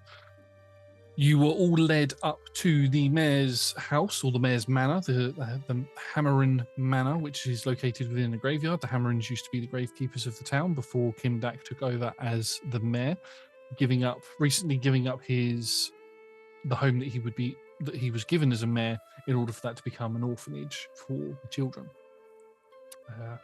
What I didn't explain in the first half is that the reason why there are so many orphans in the town is because of this event going on at the minute known as the Vermin War. A lot of refugees and mainly children that have lost parents in other locations in the kingdom have been brought to Murkstead and are living here, living their lives out here the best that they can. The party met with the mayor of the town, Kimdak Hammerin, his wife, Taliana Hammerin, who is also the sister of Solomon, and a sailor captain of another ship, the Golden Maiden, called Godfrey Dawson. Kimdak explained that a swarm of ratling, which are like rat goblins, are on their way down to Murkstead, and he wants to try and evacuate as much of the town as possible, and has requested that the crew of the Marlais ferry as many of the orphan children as they can up to Grimport, while the Golden Maiden takes any other civilians that it can down and round to the city of Abercathus, which is a considerably longer journey. We left off as Kimdak's son, Valak, was escorted out of the room by the bellboy, and the Captain Dawson left as well, and just leaving the 4 of you, plus Pebbles, Solomon, Taliana, and Kimdak here. In this room, Kimdak sits in his chair. His accent drops, goes to a much more gruffer accent. He pulls a dagger out and says, "Right, I think we need to have a bit more of a serious talk," as he slams the dagger into the table. And that is where we're going to pick up. What that beautiful wooden table! It's fine, it's got plenty of these dagger marks in it. I know, what have you done to it, you monster? Now, there's no need to get violent. You're just upsetting the crew. I They're Right. sensitive. thought we were having a lovely conversation, Mr. Mayor. Now you've upset my shipwright. Shame Well- you. Cherrywood, and you've just massacred it. No, I know. All three of us just. I like think Pebbles Marlais also sitting down, like across the show, like it's sort of like arm behind. It's like shh, there. Dad just looks over towards Solomon. Are you sure these are the right ones for the job? Solomon just looks at him and goes, yes, they managed to find the other piece. So the other two pieces, although the two pieces were together when they found them, but, they're the best people for the job. Right, okay. Now, you've all done a great service to Solomon here, and you've helped him find pieces of a medallion. I found the location. I've been helping Solomon in the research of where these items are, and we found where the next one is. It should be the last piece. Now, I need you to go get it. It's going to require you to go back up to Grimport. It's near the city of Layrilla, which is the capital of the north. It's in the Runeforge Mountains. I kind of gesture to Nim as like the navigator. I'm like, take note. You might be thinking, why am I asking pirates to go get something that's inland? It's not quite inland. The entrance that you'll need. We are not pirates. Wait, why am I? Oh my god. We're not pirates. We are legit. Sorry, I'm getting this right, aren't I, Captain? We are legitimate business pirates. We prefer People. the term buccaneers. We have letters of marque. It's literally signed Mark. Because no one has checked. Again, like the thing we've had with the Port Authority, where we've been able to bribe our way through most situations. But no, okay, so not inland then. So No, the entrance to get to it is to the north of the continent, where the Runeforge Mountains meet the sea. There's supposedly an alcove there where you can sail the ship into, and it takes you into a little ancient bay area, as it were. These pieces are important. We need them back here as soon as possible. As soon as these vermin have been dealt with or have moved on or whatever, we have a large expedition that we need to do. I won't go into too much detail over what it is we're doing because it's on a need-to-know basis, but all you need to know is that we, looks to Solomon, need that item. We need to complete that item. I have another request. Oh, do you? All right. Yes. And this one is to do with the current mission that you have, taking the children up north. If any of the town guard here are cheeky enough to try and get on your ship, I want you to throw them overboard. The whole reason this escape plan is being hatched is because they're too afraid to come out of their damn guard station and protect the town. And I don't have enough of my own men to do it. Just thrown overboard, I assume. Dealt with. Whatever means you deem appropriate. I just want them gone. I don't want them getting out of here if they're not going to protect this place. Noted. What kind of town guard? Oh, I've gone southern now. What is my accent tonight? Oh my god. You're just borrowing all our accents. I'm just being pulled in many directions. What kind of town guard would sign up to be a town guard if they're not gonna guard the town? Ones that don't want to fucking be here. That's what. There's a rattle. Then he's not doing the swear jar, Pebs. It's fine. Okay, so Licks a coin with his finger and it goes, lands straight in the jar. Thank you. It will go to the orphans and the three-legged puppies. Right. Yeah. Okay, so don't let the guards go. Make sure the children are safe. Drop them off. Find your artifact, and then when we bring the children back, bring back the artifact. Is that correct? Yes. Fair enough. So, momentary. Hate to be that guy, but What are you thinking?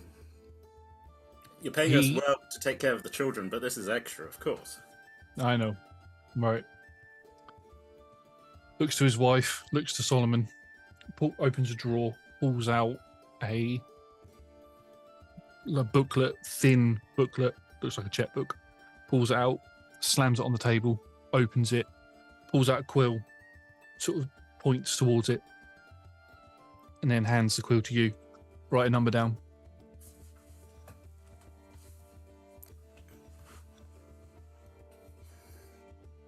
Kind of, I think gesture all three, and like, first of all, I think I turned to Iz. How much do you think for a full refit?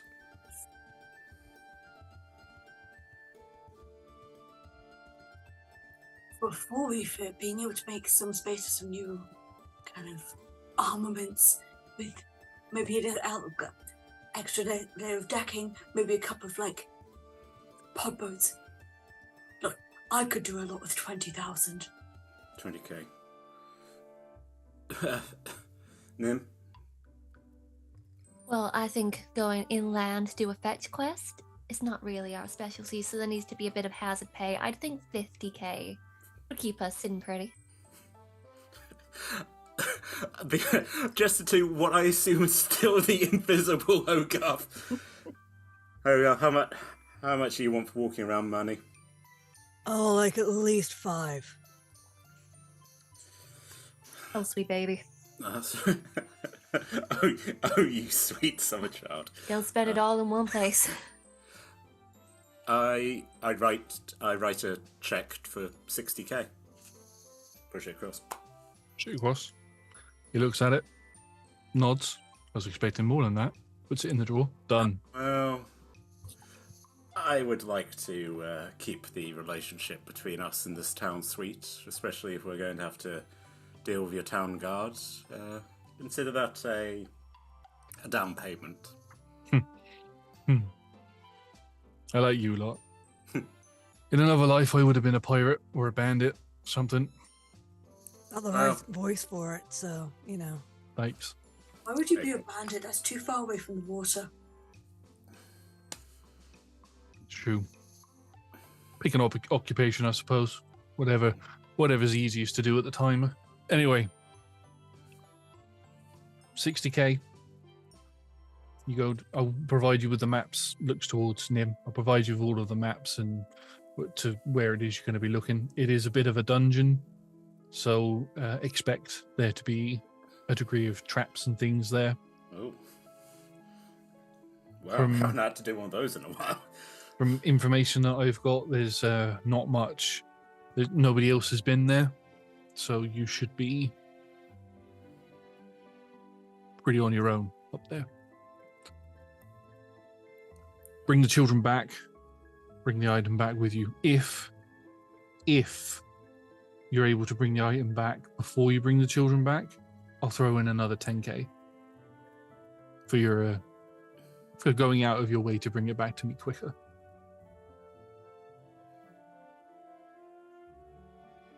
We'll see what we can do.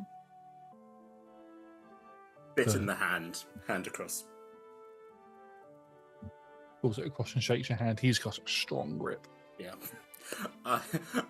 I am not a strong boy, but enough to be like, yep, don't wince. Pleasure doing business with you, Mr. Mayor. Pleasure doing business, right? You can all go back to your business. I'm going to get myself ready for the announcement tonight as his voice shifts back. And he gets up and goes to leave, leaving yourselves, shakes your hand as he leaves. Or did he have anything that was on his person that I can steal while I shake his hand? You can make a sleight of hand check versus his perception. 25. Yes. I rolled a natural 1. Get him. Roll me 2 D100. Ooh. Loot.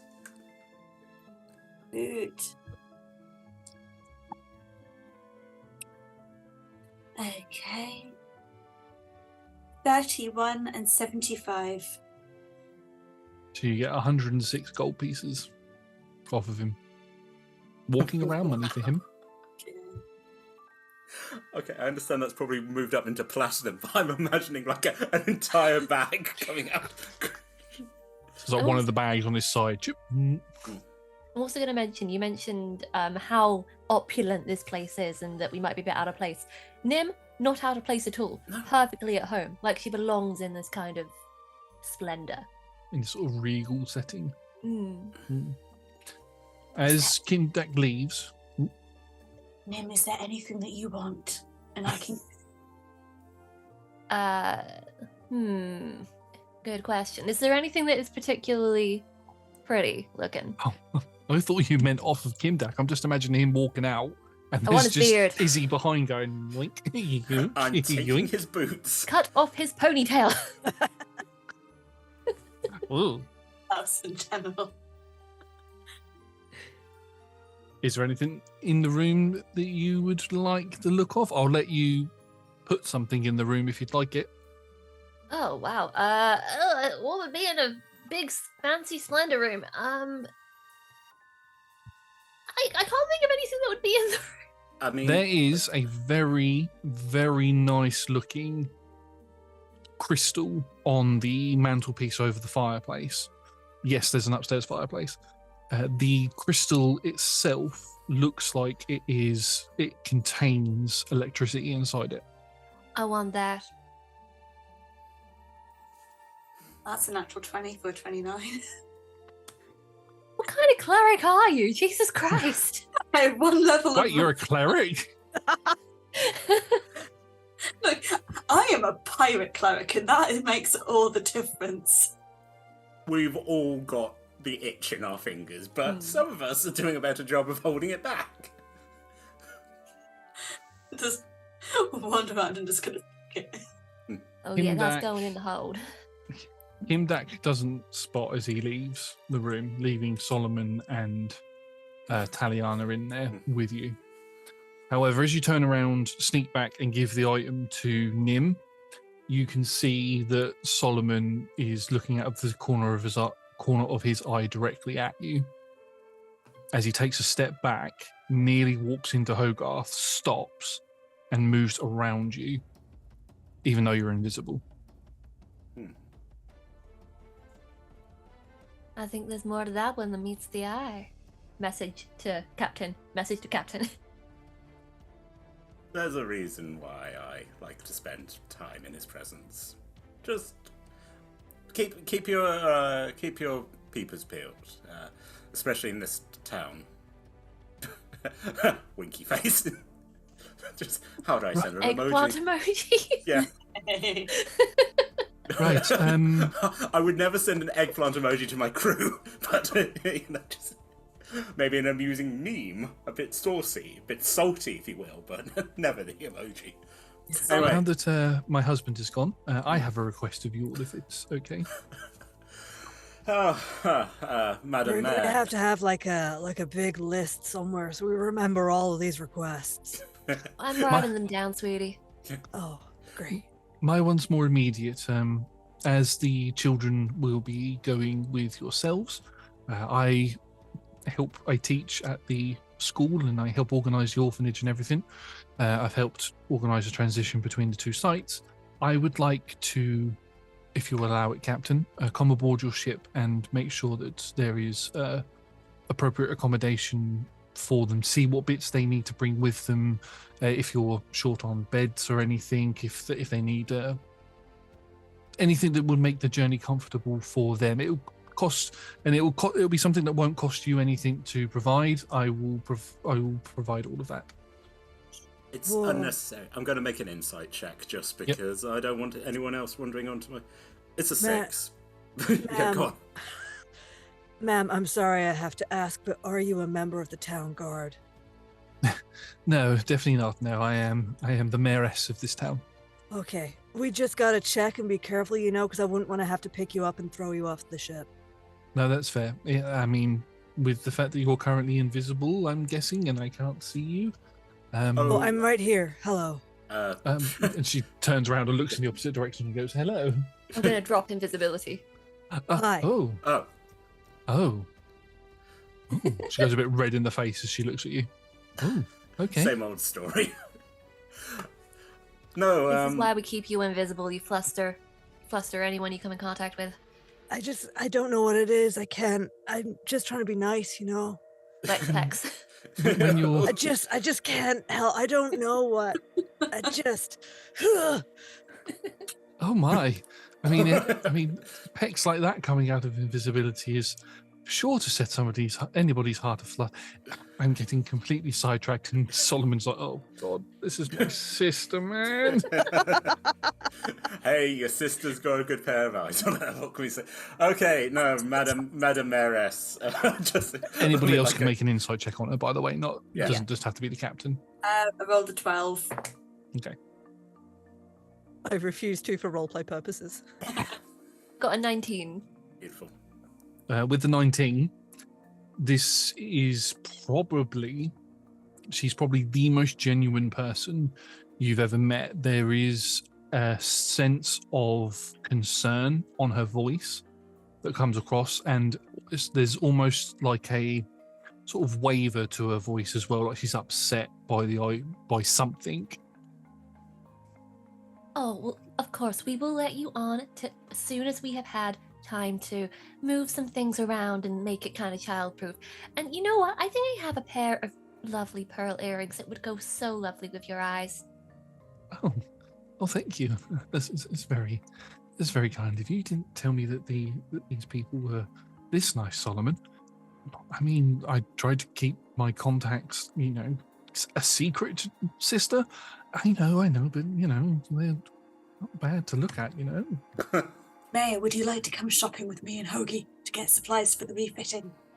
He can carry things. He's very good at carrying things. I like Yes. to We carry can stuff. carry things. I can imagine you carry quite a lot on them pecs. Yes, if you. No, I wouldn't- carry them with my hands, ma'am. Oh, I didn't even realise you had hands. I'm so sorry. And what hands they are. That's Well, me. it's- That's me trying to be. Funny. Sorry. Yes, being funny is not in our family blood. But you're my adopted brother. I know. Right. I'm gonna go now. Sister, do what you want. I've got things I need to do. Marlais, if you want your boots spit clean, come and see me later. And he walks out the door. Something tells And me it's slams not it. just your boots that will get a spit shine. Filth. Filth, but you're not wrong. Anyway, yes, so, okay. Izzy, stop it. We're in a professional meeting. Save that for later. Anyway, yes, so if we go, yes, Madam Mayor, if you want to come by in a couple of hours, we'll get everything ship shape. And I don't know what the version of Bristol in this world is, but that fashion and appropriate for a lady of your fine standing. Oh, And, I've got just the clothes that I'll need to wear for that. That's fine. Didn't you say I could go shopping with you, or was that something that you didn't No, actually that's- invite me to? Come and watch Hoga carry things. I mean, yes, I'm definitely going to need to change my clothes for that, though. You get changed. I gave. You know what? I trust you guys in place. I give the rest of the money to. Actually, I gave one bag to Izzy, and I'll give the other bag to Hogarth, and go right. Okay, so restock, resupply, get things ready. Nim, you got expenses? You need anything? I do. You want to? Are you going to go with them or? I don't know if I would trust them with all of that money personally, but let's see what they can do with it. Hey, if I can't trust them, who can I trust? I was going to take about 10% out of each bag and give one to Pebble and 10% to Nim. I'm just going to also message to the captain. Are we sure that Hogarth can actually count? ... He has a good heart. Full stop. Ben invested back like is will keep an eye on him and make sure that we don't get ripped off. Sorry, Captain. At what point should I be going to play a song for the orphans? Well, that's kind of like feet up on the table kind of feel. Well, that's the thing, Hoagie. You're going to spend a lot of time with the orphans. So, Madam Mayor, would it be good for us to be introduced to the orphans before? Actually, I suppose they need to be told after the festival that this is the plan. But Yes. Yeah. After the festival would be the best time to tell them that they're going to be shipped off. I think if we make a plan, if you're happy to introduce us, and Yes. Hoagie here will have probably, knowing his skills, have a new song to entertain and educate. I do like to educate as well. Make sure they know like safety on board the ship and like how to pay proper respects to the sea and how to describe rainbows properly. Hoagie had written a tidy up song, which is very catchy and is annoying that every time we tidy up, we end up quietly singing the tidy up song. It's so frustrating. Oh, that sounds nice. I can't wait to hear it. But a useful reminder, though, of how to do it properly. The captain was not very good at cleaning before, but now he's much better, you know? It's true. Thanks to this fine fellow. Anyway, yes. Good luck with your shopping. I'll go back and get the... You go shopping, and hopefully by the time you come back, me and the bosun here will have everything ready. Good luck getting your boots spit shine, sir. I salute. Yeah. Now you can do it, as I open the door and walk out. As you all go to do your various tasks, Taliana will catch up with you, and we'll catch up with those who are going shopping. And as you leave the upper area of Murkstead, you can see that at this point, at this time of day now, the children have all gone back into the school. The church doors are now closed. They were open before. And the stalls have been put away, and you can see the market stalls have been put away, and you can see that a large stage area is being built, and there are ribbons and things being put up all over the place. It looks like they're getting ready for the festival that is happening tonight. While everybody else goes shopping, we will come to those in a moment as Captain Marlais goes to Solomon's house. Oh yes, I need to have the shiniest boots available. Knock on the door. Solomon opens. Oh, here a bit sooner than I thought you'd be. Please do come in. Thank you. Takes the hat off. Hasn't taken the hat off for the mayor, but takes the hat off for Solomon. Thank you. You've done a wonderful job with the place. It's very homely, very nice. Thank you. Yes, I'm hoping to upgrade soon as a manor house on the side of town that I'm looking into purchasing. Very nice. At some point. But I've got other things on my mind at the moment with the item that you're helping us retrieve. Yes. I mean, considering your brother-in-law pretty much gave us carte blanche for that, I assume we don't want to ask any questions about why exactly you want such an artifact. Am I correct?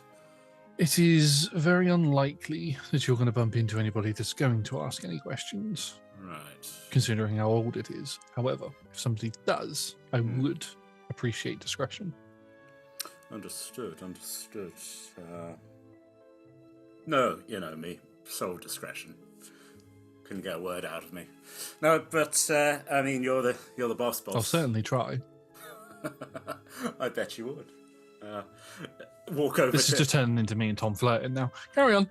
Again, it's fine. Good luck fading to black on this one. I assume he's got like a decanter or something. Yeah, he's got drinks and everything available. So I pour us both drinks.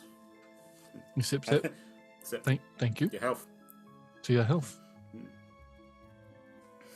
I like the fact that you've not asked me anything to do with it. You've not inquired into the item itself.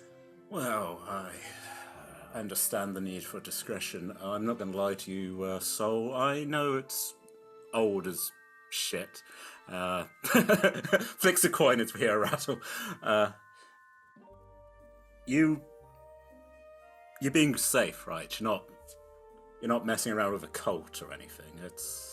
I'm not gonna lie to you. That I have a bit of an idea what that is, but that kind of magic, that kind of age, you're being safe, right? I'm not messing around with a cult per se. It's more that a cult is messing around with me. Right. So the less said, better. Understood. How much danger am I and my crew in? I hope they're not going to do a blood sacrifice or any of us. I mean... No. It's nothing like that. It's when the item is completed that you want to be worried.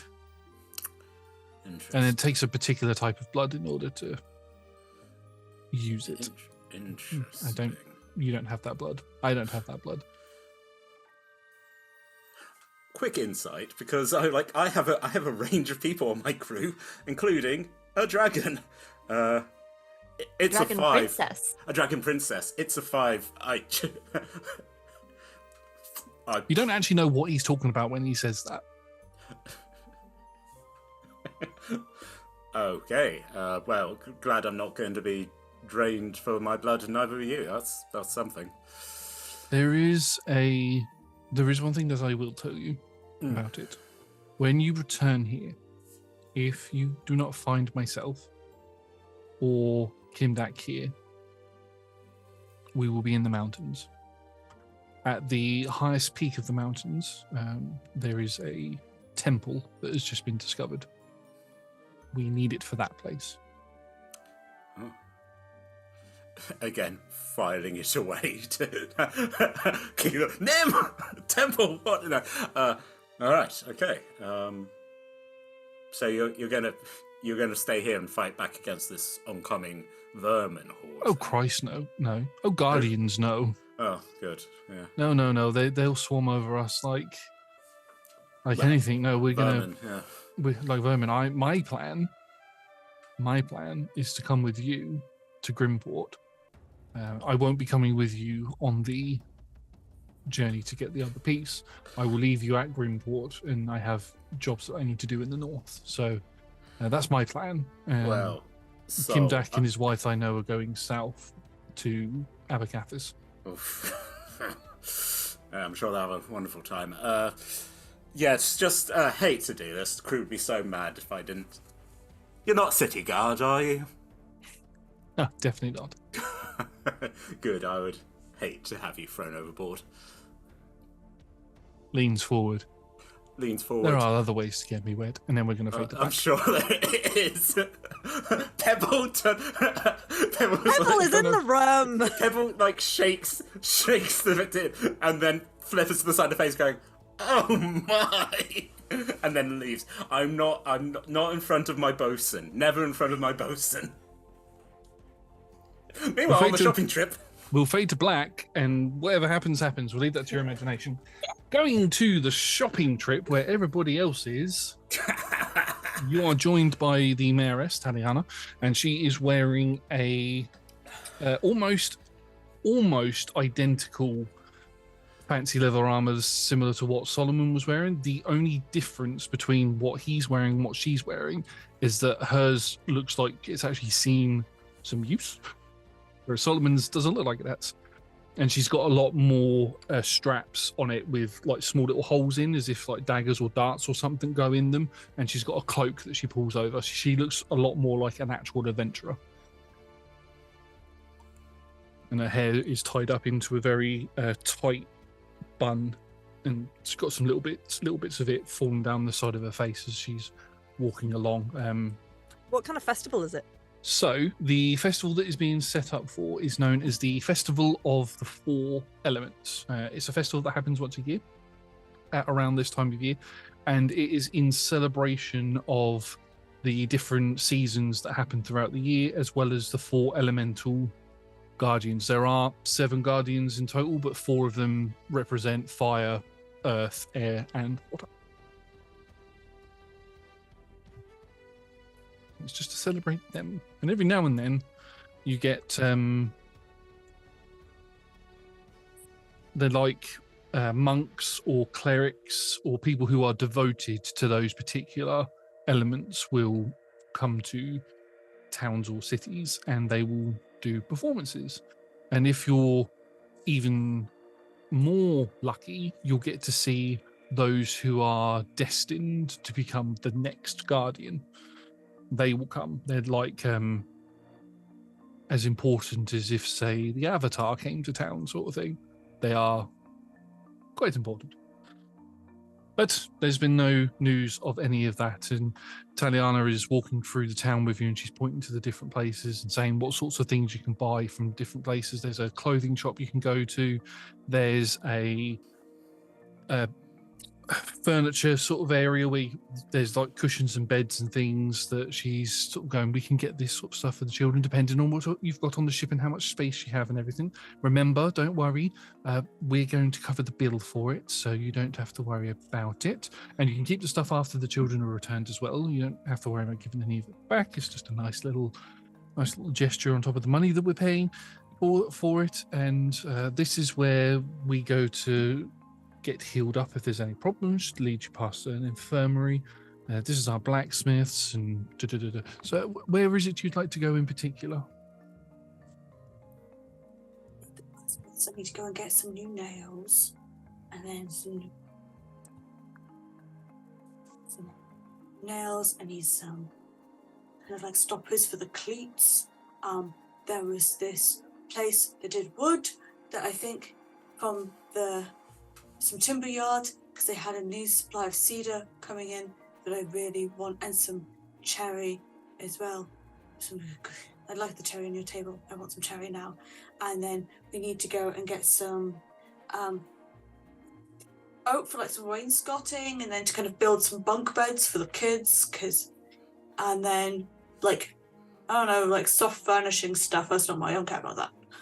Hogarth will lean down to Taliana and be like, Izzy is like a master of the craft. They're very particular about the kinds of wood that they like to nail.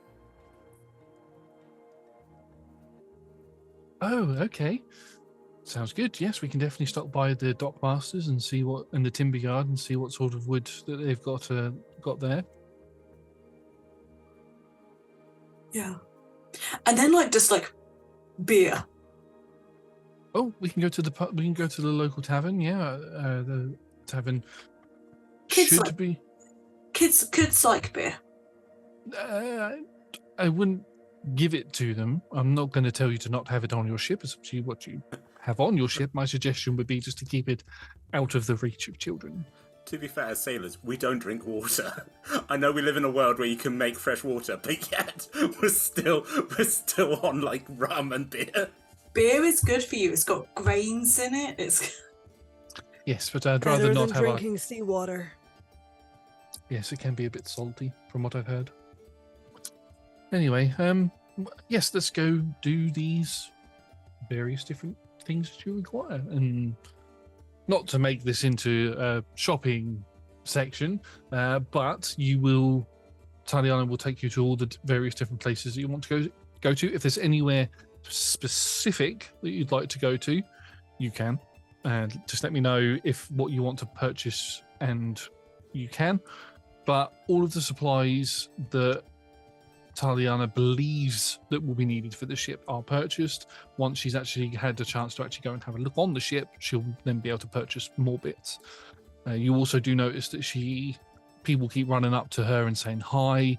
A few people come up and ask what sort of fabrics should be used for tonight, and she's not only helping you out, but she's helping other people in the town out as well, delegating who should be doing what for the festival, making sure that certain stalls are doing, or certain shops are providing certain materials like food for the food vans and all the food carts, should I say, that are going to be lined up for the festival, and making sure that all of the bunting and filigree and all of that sort of stuff is ready. She's a bit of a powerhouse when it comes to being a multitasker.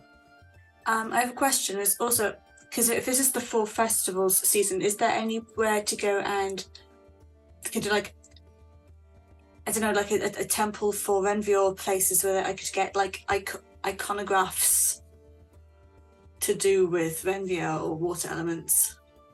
So there's not a temple per se here for Renvia or for any of the other elemental guardians, but what there is in the Church of Balance.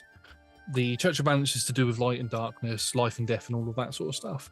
But in every Church of Balance, there is also altars to the other guardians. So if you wanted to travel back up there, you could get any iconography or prayer or anything you want in there.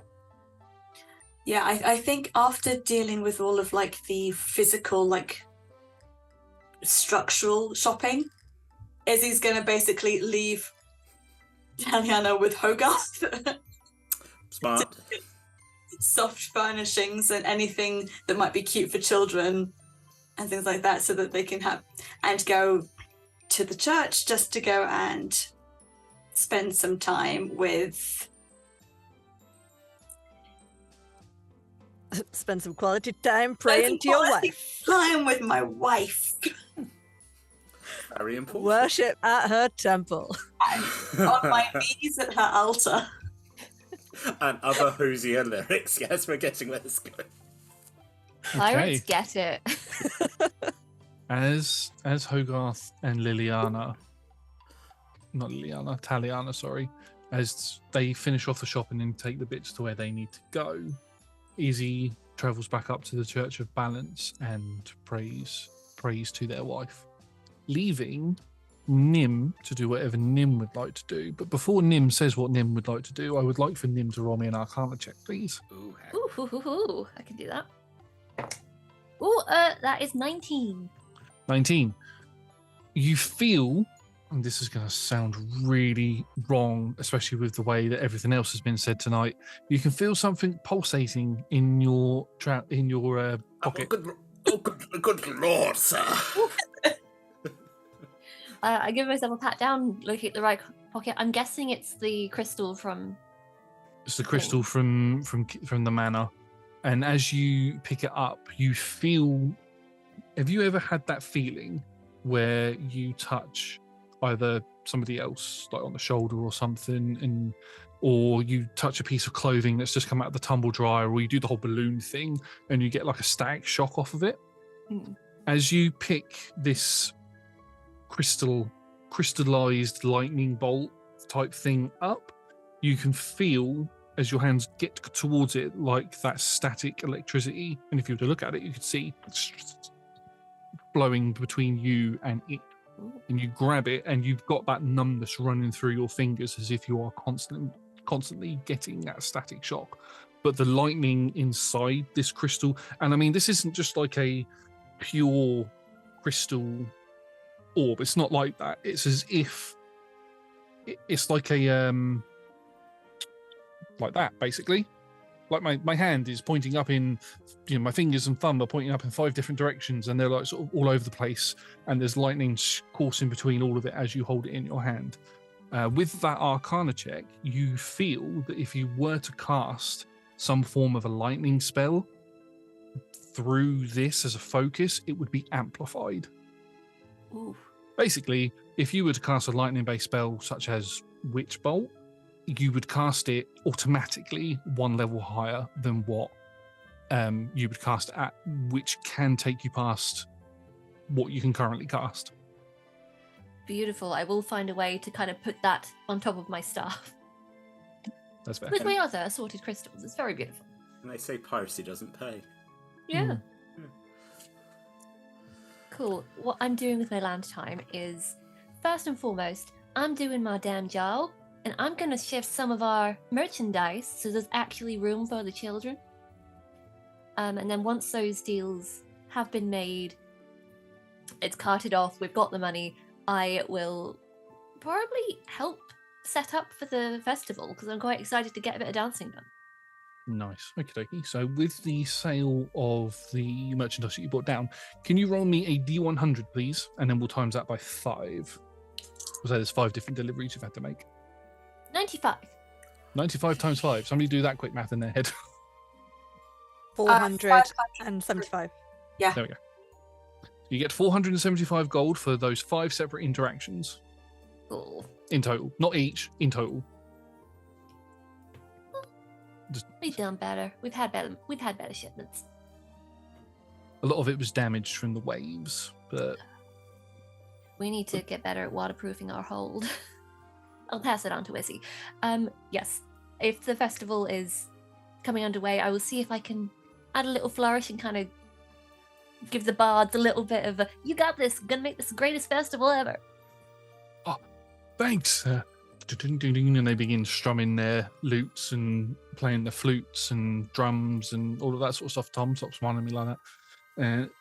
I'm just enjoying the festival, old man. I love the lutes and the flutes and the other musical instruments that rhyme, like And the the boots and the toots. And the toots and the guitars. Yeah, but they are playing everything, or they're practicing and getting ready for it all. Hogarth would absolutely come and join in as soon as he's done lifting and carrying, which he will do diligently, and will absolutely make sure everything that needs to be lifted and carried has been before, joining in. He likes a dance. We'll give Marlais a couple of hours at least. So we'll move forward.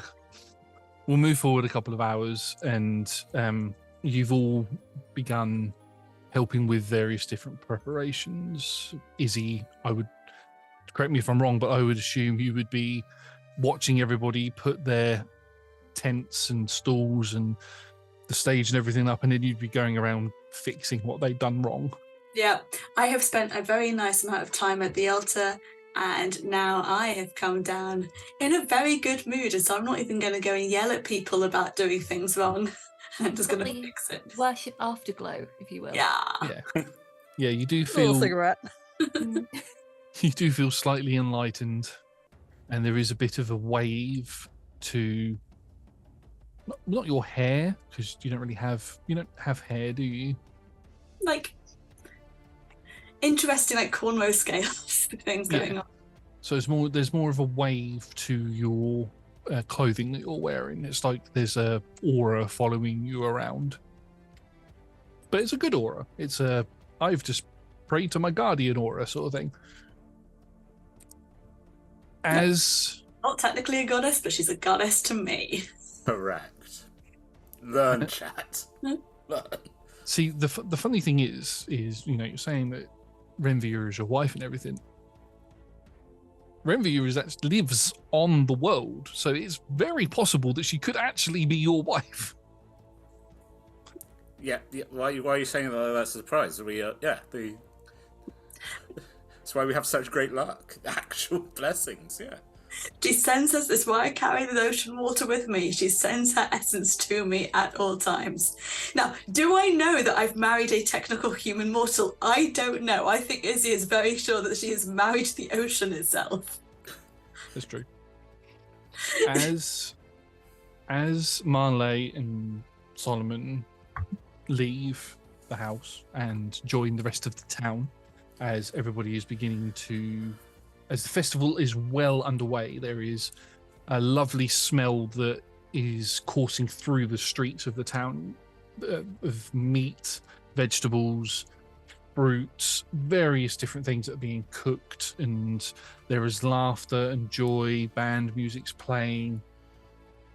The Kimdak is present, looking as serious as he did during the second half of your conversation, watching everybody go around.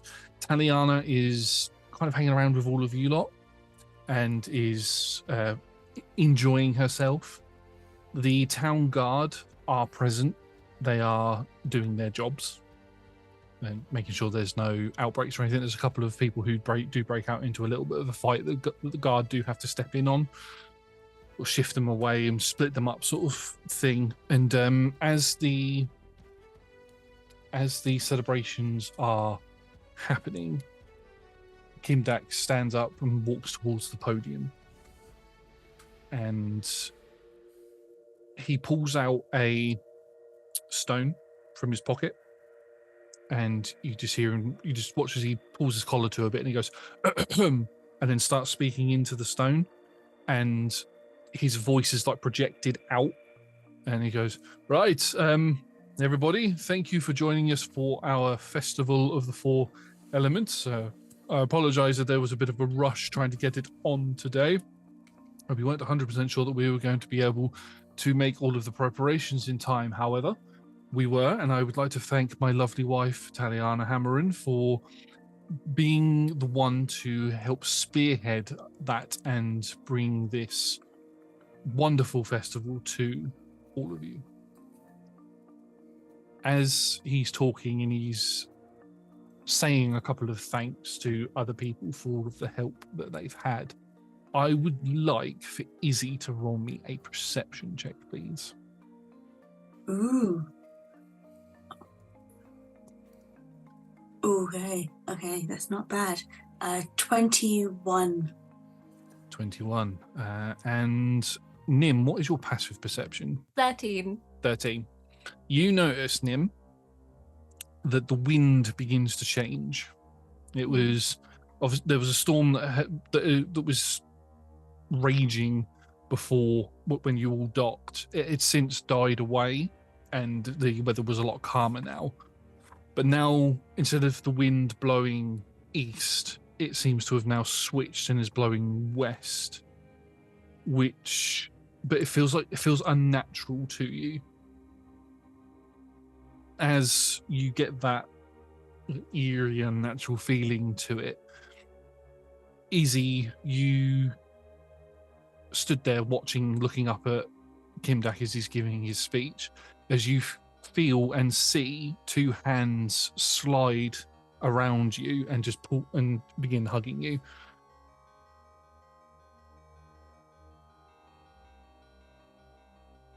The rest of you can see this as well. Is it actually Who? the sea wife? Is this a good thing or a bad thing before I start reacting to it? You can look if you'd like. Looking down as the hands are just covered over you, can see a very blue skin, sort of like sea blue skin with beautifully engraved green markings going all from the wrist all the way up the arm and disappearing out of view. You can see that there's this almost seaweed coloured hair that feels like silk has sort of fallen down over your head a little bit, over the side of your face, and sort of rubbing up against you as this person's nuzzling their head into your back. Hi, honey. It's not every day I get to see you on land like this now, is it, my darling? No, this is fun. We get to go show you off to people properly. Oh, no, please don't do that. I don't need the extra attention. It's hard enough holding this form as it is. Aww. I need to But you've warn got you. the nicest smile and people need to see it. I know, but I need to warn you. You need to leave. Huh? Now. Okay. But something is coming. Something dark. Something horrible. The A Ratlins? plague. A what, sorry? Ratlins? Is that what you're calling them? Rat goblin things. Yes. I thought we had a few days. No. Okay. You don't. You have less than 10 minutes, I'd say. Is that I'm enough surprised time? you can't feel their vibrations now. I can feel them. Their dark aura is pulsing through the earth itself. I might be the guardian of the sea, but I can certainly feel their presence where I am. Okay. Meet me at the ship, honey. Love you. Let's squeeze her hand. She squeezes your hand back, and she Okay. begins to step away. Who can I see near me? Everybody's near you. You're all quite close to each other. In fact, I would say that all of you probably heard. Okay, grab as many small children as you can. We need to go now. In my headcanon, before this moment, Hogarth had been like chatting to one of the ladies of the village and just being like, "Your eyes, they're so beautiful, you know." And then the mayor has been like trying to like look deeply into this woman's eyes as the mayor is talking. But it's as soon as Izzy has said, "Time to go," he's like, "I'm so sorry. Our love will have to wait for another time. and then darts Oh, around. okay. Orphans to the orphanage. We've got 10 minutes before they're on us. Run. And that's where you hear that, and people are like, "What's going on? What's going on?" Kim Dak's like, "What? Please hold. We need to be prepared." I jump up on stage, kind of push it, and go, okay, so just gonna have to accept this. The sea itself has just warned us. You've got about 10 minutes. They're coming quicker than we thought. Get everyone to the ships. And then I'm not gonna wait for it. I'm gonna be honest. I'm gonna get my crew out of here. Whoever else comes, great, but we're getting out of here. So if Hoagie's grabbing orphans, great, but. The orphans are here. Just grab some orphans and run. Well, they're not at the orphanage. They are at the festival. Oh yeah, the children are at the festival. Yeah. Okay. Which one Children, of you? grab the children. Wait, We will go to which- the orphanage. Which children? Hands up if you're an orphan. I don't want to grab non-orphans. Run Raise back their to the hands, mayoress. like, sort of, what? Right, you and you and right, you sit there and okay, good, right, yep. How many orphans can one orc carry? Make a strength check. 10 per peck. Oh, Oh, God. okay. That's No, a lot of yeah, orphans. you can a lot of carry a lot orphans. of them. Yeah. Captain, we That's are not taking Hoagie with us unless we let Hoagie carry the orphans with him. I look and just like the light in that face, I'm like, oh God. The things I do for my crew, come on, let's go. I think actually catching the mayoress and being like, okay, just go with me here. We've got about 10 minutes. The rattlings are here. You get your children, get them to the ship. We are going. I'm sorry, mayoress, with or without them. Okay, right, yes. And as the music stops playing, that's when you can hear the rumbling sound. That's not quite how they sound, but They're yeah, musical. the rattlings burst in going, we spread our plague, ooh-ah, or something. Oh, it's a musical. Nim, what do you need? Could I gust my way up to the top of a building, take out the eye scope? What are they called? Telescope. Spyglass. Spyglass. Spyglass, yeah. Have a Yeah. look in the direction. You have a look in the only direction that leads into the town, and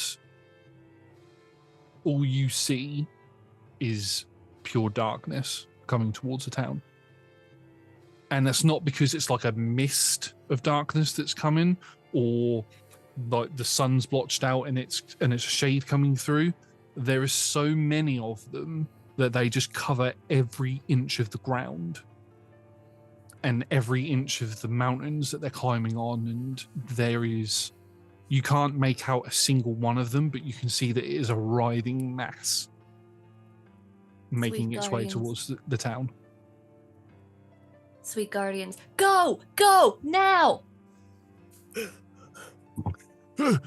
I'm going to need everybody to roll me some initiative, please. Oh, Good. Good for me. as I start my music. Running hand Definitely. in hand with my sea wife. She's coming with us. I forgot how to spell Tom's character's name. Done it. All right. Captain. There's no Little T bit. there. Captain. Captain Little Bitch. Have a little bit. Maybe I'll get a better nom de plume after this. But But no, we have to clarify while people are calculating stuff. We know Nim is what, 6 foot? 6'3". 6'3". And Izzy, how tall is Izzy?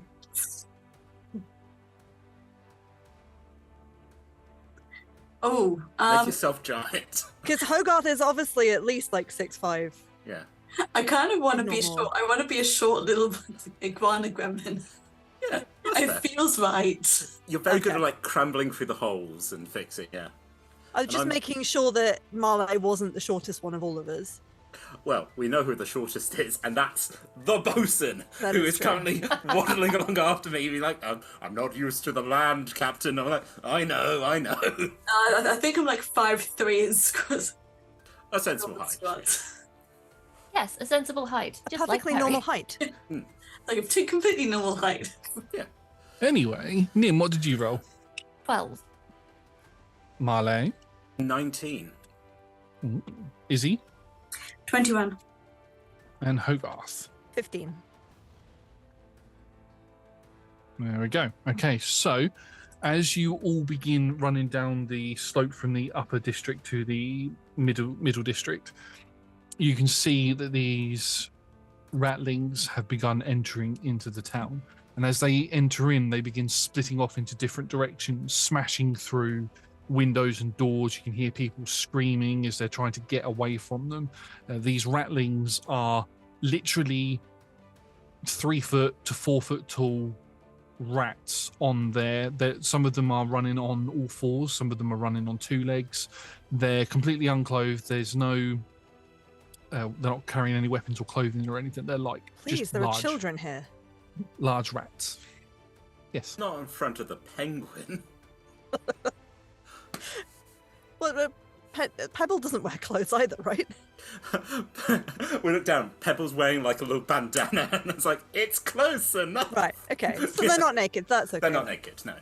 Not fully naked, no. But the thing that is most striking about them is that they have got bright purple eyes as they begin charging around and smashing through buildings.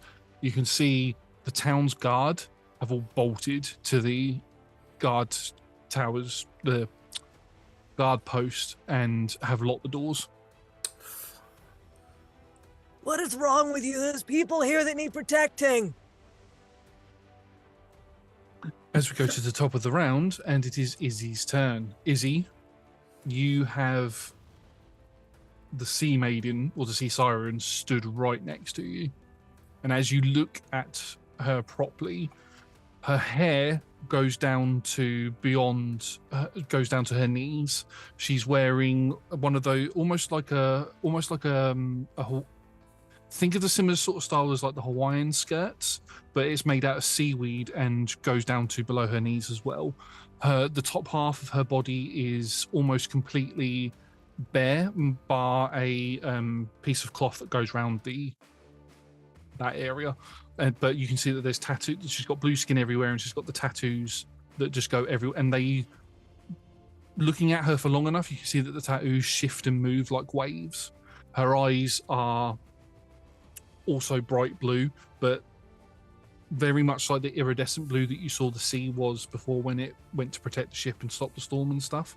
And her hair is flowing like water as well. But you can see that there's water falling off of her. So I'm struggling to maintain my form. I need to get back to the water as soon as possible. Do you need me for anything, Izzy? No, I'm good. You get there and make sure it's safe for us to get onto the ship and run. Be yourself. I'm just going to give her a kiss and go, we'll get to you. Right, okay.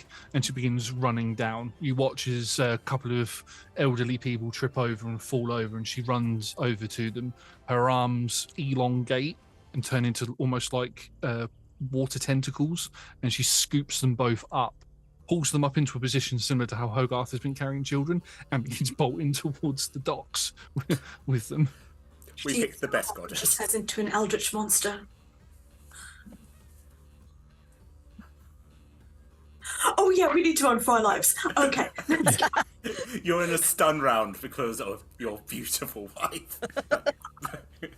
Just point, gorgeous! And then you're just like...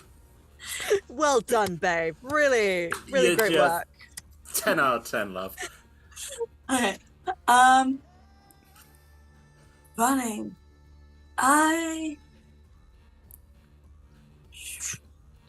You're not running up that hill. No, You're running that's- down that hill. Tuck and roll.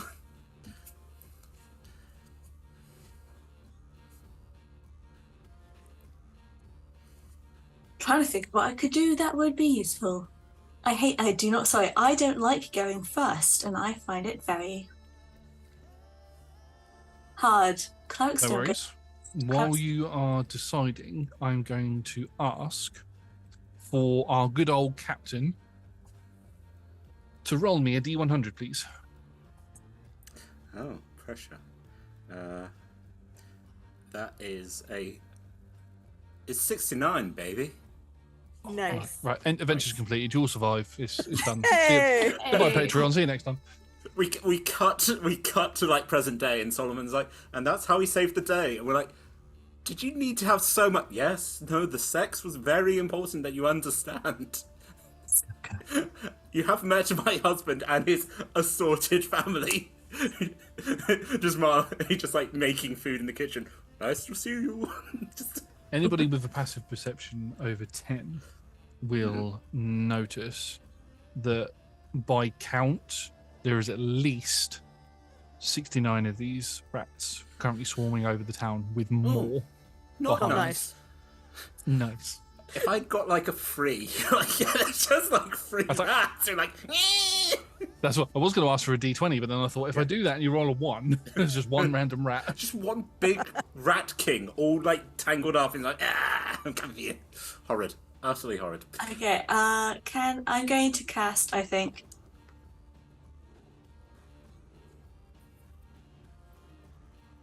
I feel like I'm still sitting from Nim and her air stuff, but gust of wind behind me. Okay, you have got my wrath now. Yeah. That's the one rule. I Go think it's through the wind. I think it's a very wet gust of wind. Actually, can it be like a gust of water? Like, Hold on. can it be water rather than wind? Let's check in with Nim. Is that okay? Does that incur a wrath? Is wet wind okay? Wet wind? It incurs a little wrath. Okay. You could play one prank. One single. Yeah, One prank, single that's prank what to it'll get be. your. I would like to cast gust of water. Yeah, that's fine. Oh, You can it's cast gush. gusts of water. Can we please refrain from referring to it as wet wind that's coming out from behind you, No, please? no. What's wrong with that, I Josh? didn't even get it till now. Now you've made it bad for me. But basically, I would like to cast gust of water. I would like it to not be an air thing, but to be a water thing. And it's just the as my wife kind of runs off to go help people, she's left that little pool and that kind of little vial of seawater that I've got on me. Basically, just kind of turns into like a little bit of a water barrier behind us. I am modifying this spell on the fly. yeah, that's fine. I Very nice. thought you were going for a way to speed yourself up there, so I was going to do something completely different. But yes, you create almost raising the water up and creating a small barrier that you watch as the nearest ratling gets up to it and stops and starts sniffing at it and moving around, and seemingly having stopped them, this particular one, briefly for the minute. Otherwise, it would have got to you on its turn. Fantastic. So yeah, that's going to be like 60 feet long behind us that way, 10 feet wide, and it is just pure seawater, slippery in the way, and Yeah. we're going to run. I don't have haste. I'm just going to run. Yeah, it's fine. So you run down towards the docks. Quite a few more rattlings stop at the wall as you say, it's 60 feet wide, and some of them begin climbing up the buildings to get over it. But that will take away some of their movement before they can actually get to you. So it can take an extra turn. At the end of your turn, we go to effectively the layer action, as that's what they operate on, and they all begin pouring into the town itself. There's now more than 69 of them. The front buildings of the town just get completely enveloped in this darkness, and you can hear wood crunching and breaking under the sheer weight of the number of them that there are.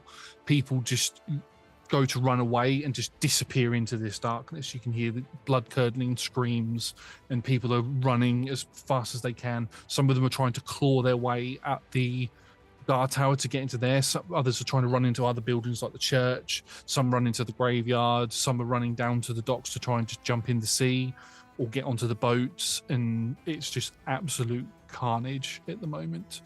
It's Marlais, it's your turn. Cool. I mean, it's a little bit redundant, but I'm gonna fire off into the rat's crowd. I hate to be blunt, but I'm just like, if anyone's alive in there, they're already dead. So just enough to sort of like, I mean, are there rats ahead of us yet, or have they all been blocked by the They're not all being blocked, but they are having. Some of them have the ones that would have got to you on that layer action have been blocked by that water and now having to climb over the buildings. You can see that there are some that are circling around through the streets and are beginning to get to the point where they can cut people off from getting to the docks. I will fire pistol at those who are trying to cut off, just also hoping that a loud noise might just frighten them enough to give us a couple of seconds. So, it's not great. I assume a 10 doesn't hit. 10 does hit because there is a lot of them. Okay, amazing. So, that You'd is have to fire directly in the sky in order to miss. Yeah, that is 14 points of piercing damage. So you fire your pistol, your flintlock pistol, so you are going to need to spend an action to reload it, but you point it and you fire it into the group of ratlings. You watch as one its head just sort of explodes and it falls to the floor, and another one takes some of the damage from the shrapnel from it. But as soon as that one hits the floor, its body is just gone and seemingly replaced by another 4 as they begin just carry on piling forward. Brilliant. Love to see it. I guess bonus action dash, as a swashbuckler, I'm trying to get back to my ship. Yeah. So straight carry on running. Carry on running. A little bit like being a swashbuckler, I'm doing the sort of thing of like jumping up on, not like to show off to jump on tables, but enough to be like, right, move there, move there, move there, just completely in my very shiny boots now. Thanks, Solomon. Just stable running. If there's a rope to swing on, I'll swing on it just to get me there quicker. Okay. And as you carry on, Things that you said in combat and also with Solomon earlier. Yeah. It's true. It's healthy. Sure is healthy.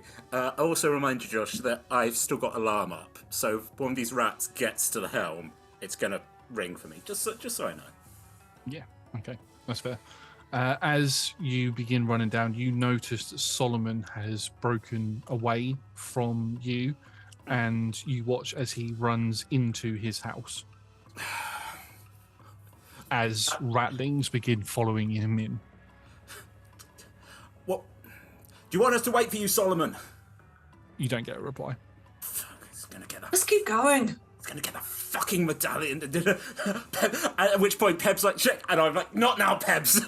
And so I go under, but as I was trying to stick the pistol back in its holster, I'm now carrying a penguin. It's just like going, he doesn't like rats. So as I jump from things to things, I'm like, cool. Gotta get to my ship. Gotta get out of here. Awesome. Yeah. At the end of your turn, you watch as Taliana and Kimdak are both running as fast as they can. They are not together. They're in 2 separate positions. Taliana has got her son on her back and is running, trying to keep pace with the rest of you. Kimdak has moved away to one side and is beginning to try and get civilians to get to the docks. He's cursing like crazy. So if Pebbles heard this, the swear jar would be proper filled up right now. But he's cursing like crazy at the town guards. And you watch as a group of about 5 of these ratlings appear in front of him. He just charges right at them, jumps in the air, headbutts one so hard that its body just crushes underneath its own weight and just it's like a pancake in the ground. That dagger that he had before, in a flash, he cuts the throat of one, stabs another one in the eye as he grabs the 4th one by the throat, lifts it up, snaps its neck, and throws it down as more begin to pile over. As that happens, you watch as 2 bolts shoot pretty much directly over his head and kill 2 of them before they get to him as they're sort of jumping at him. And you can look over and see Tally is holding what looks to be a wrist-mounted crossbow on her wrist, and she's continuously firing shots off at these creatures while her son is constantly loading the thing up, and she's just going. That's how you get around the loading rules. Have a child do it for you. Perfect. Have a squire. I do flash back to me as little as my father's like, come on, boy, we can do it. Keep loading the cannons. I'm like, aye, sir. This tiny little 6-year-old, and I'm like, those were the days. But Kimdak realizes pretty soon that if he stays in where he is to try and fight, he's going to get overwhelmed. So he turns around and he shouts for his wife to run. At the end of their turn, it goes to Hogarth's turn. Okay. Great. Okay. So I am canonically carrying 20 orphans. Yeah, it's fine. I'm Sure. more than all right with that. You said you're about 6'5". You're incredibly strong. Sure. You're not necessarily carrying that many. Yes, you're holding ones like this, but there's ones hanging off of you. There's some hanging off of your neck. It's difficult for you to breathe. Some have got their arms and legs wrapped around you, but it's not impeding your movement. Great. Okay, cool. Are there any more? There's plenty of people around. No, but orphans specifically. Yes, there's a lot. Okay. How many were we intending to take on the ship with us? No, because you've got 20 on you. So, hang on, I'm just trying to remember how many, because I didn't come up with all of them. But How many the berths number, does our ship have? Yeah. I mean, not many at the moment because we haven't had time to build the bunk beds. yeah, It's got to be small enough that we could practically sail it with 4 of us with some engineering. We're a sloop, probably. We're like a one-sailed sloop, so we probably could fit. I mean, 20 is going to be tight. yeah. but- You're not sure how many orphans there actually are, but visibly you can see probably about 60 children. Oh my god. Whether there's parents with them or not. Because it's the refugee city, yeah. So Yeah, this it's is the what- refugees that you were planning to take, and the children were going to go with the children who had families were going to go with the adults. Okay. I suppose actually as well there'll be even more orphans now because some of them will have parents that die right now. Pretty much. And that's the math you're doing right now. Yeah. Okay, in that case, I am going to Hogarth is a rune knight. So I don't think he has any fancy incantations that he says. I think he just grabs his sword, which glows, has like etchings and markings in it that grow blue, and he just goes, bigger! And he gets bigger. So now I become large for a minute. I have advantage on strength checks and saving throws. I can deal extra damage, but I'm not going to be doing that. So again, like now I have even bigger arms. I'm going to scoop as many as I can. And then I'm going to action dash towards the ship. And then action surge and dash again. Awesome.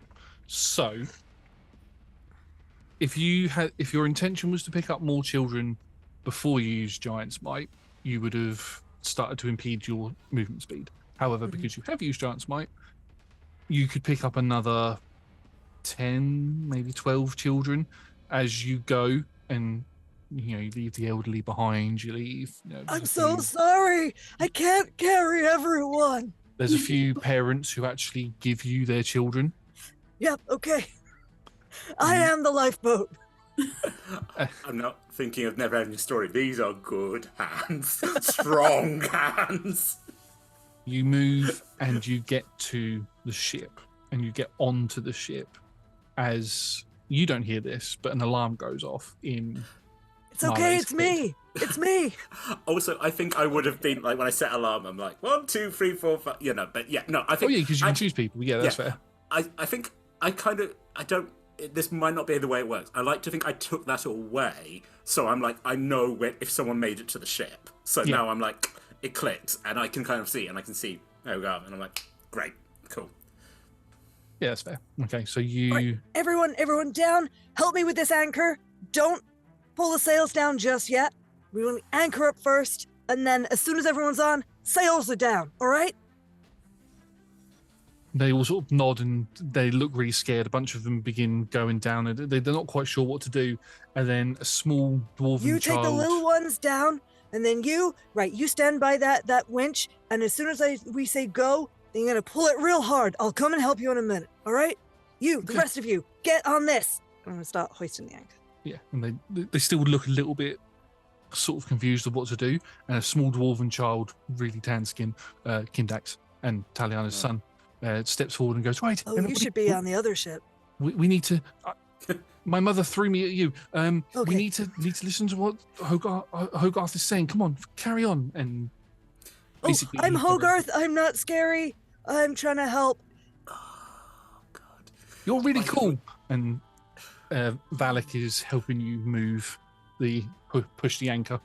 He gets a couple of other children to help, and it begins to sort of come up a bit earlier. Is that the end of your turn? Yes, that's everything. Awesome. Nim.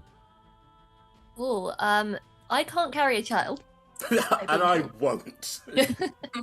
But are there any dogs that need saving? Plenty of animals around. Is there a three-legged puppy?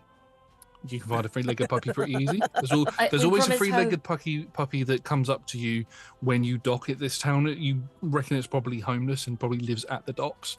That's sort of trying to get to you. I pick up the three-legged puppy. What's its name, Evie? What did you call it? Its name is Romulus. Perfect. So brave. Strong dog name. Romulus. Romulus. With Romulus in hand, I will action dash in a way that collides with the ratlings on the way to the ship. Yep.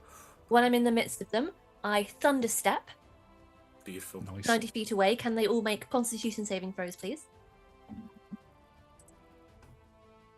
This will hit every creature within 10 feet of where I leave. Okay. Yep. Roll your damage. Cool. The staff was lightning, not thunder, right? Lightning damage, yeah. Cool. This is thunder damage, so a bit different. Thunder. So that's 3d10s. Oh, and that. Ooh! Oh, I rolled well. Okay, so that's 18, 19, 20, 21, 22, 23, 24, 25, 26 points of thunder damage to each of them that it hits. If they made the save, they get half damage.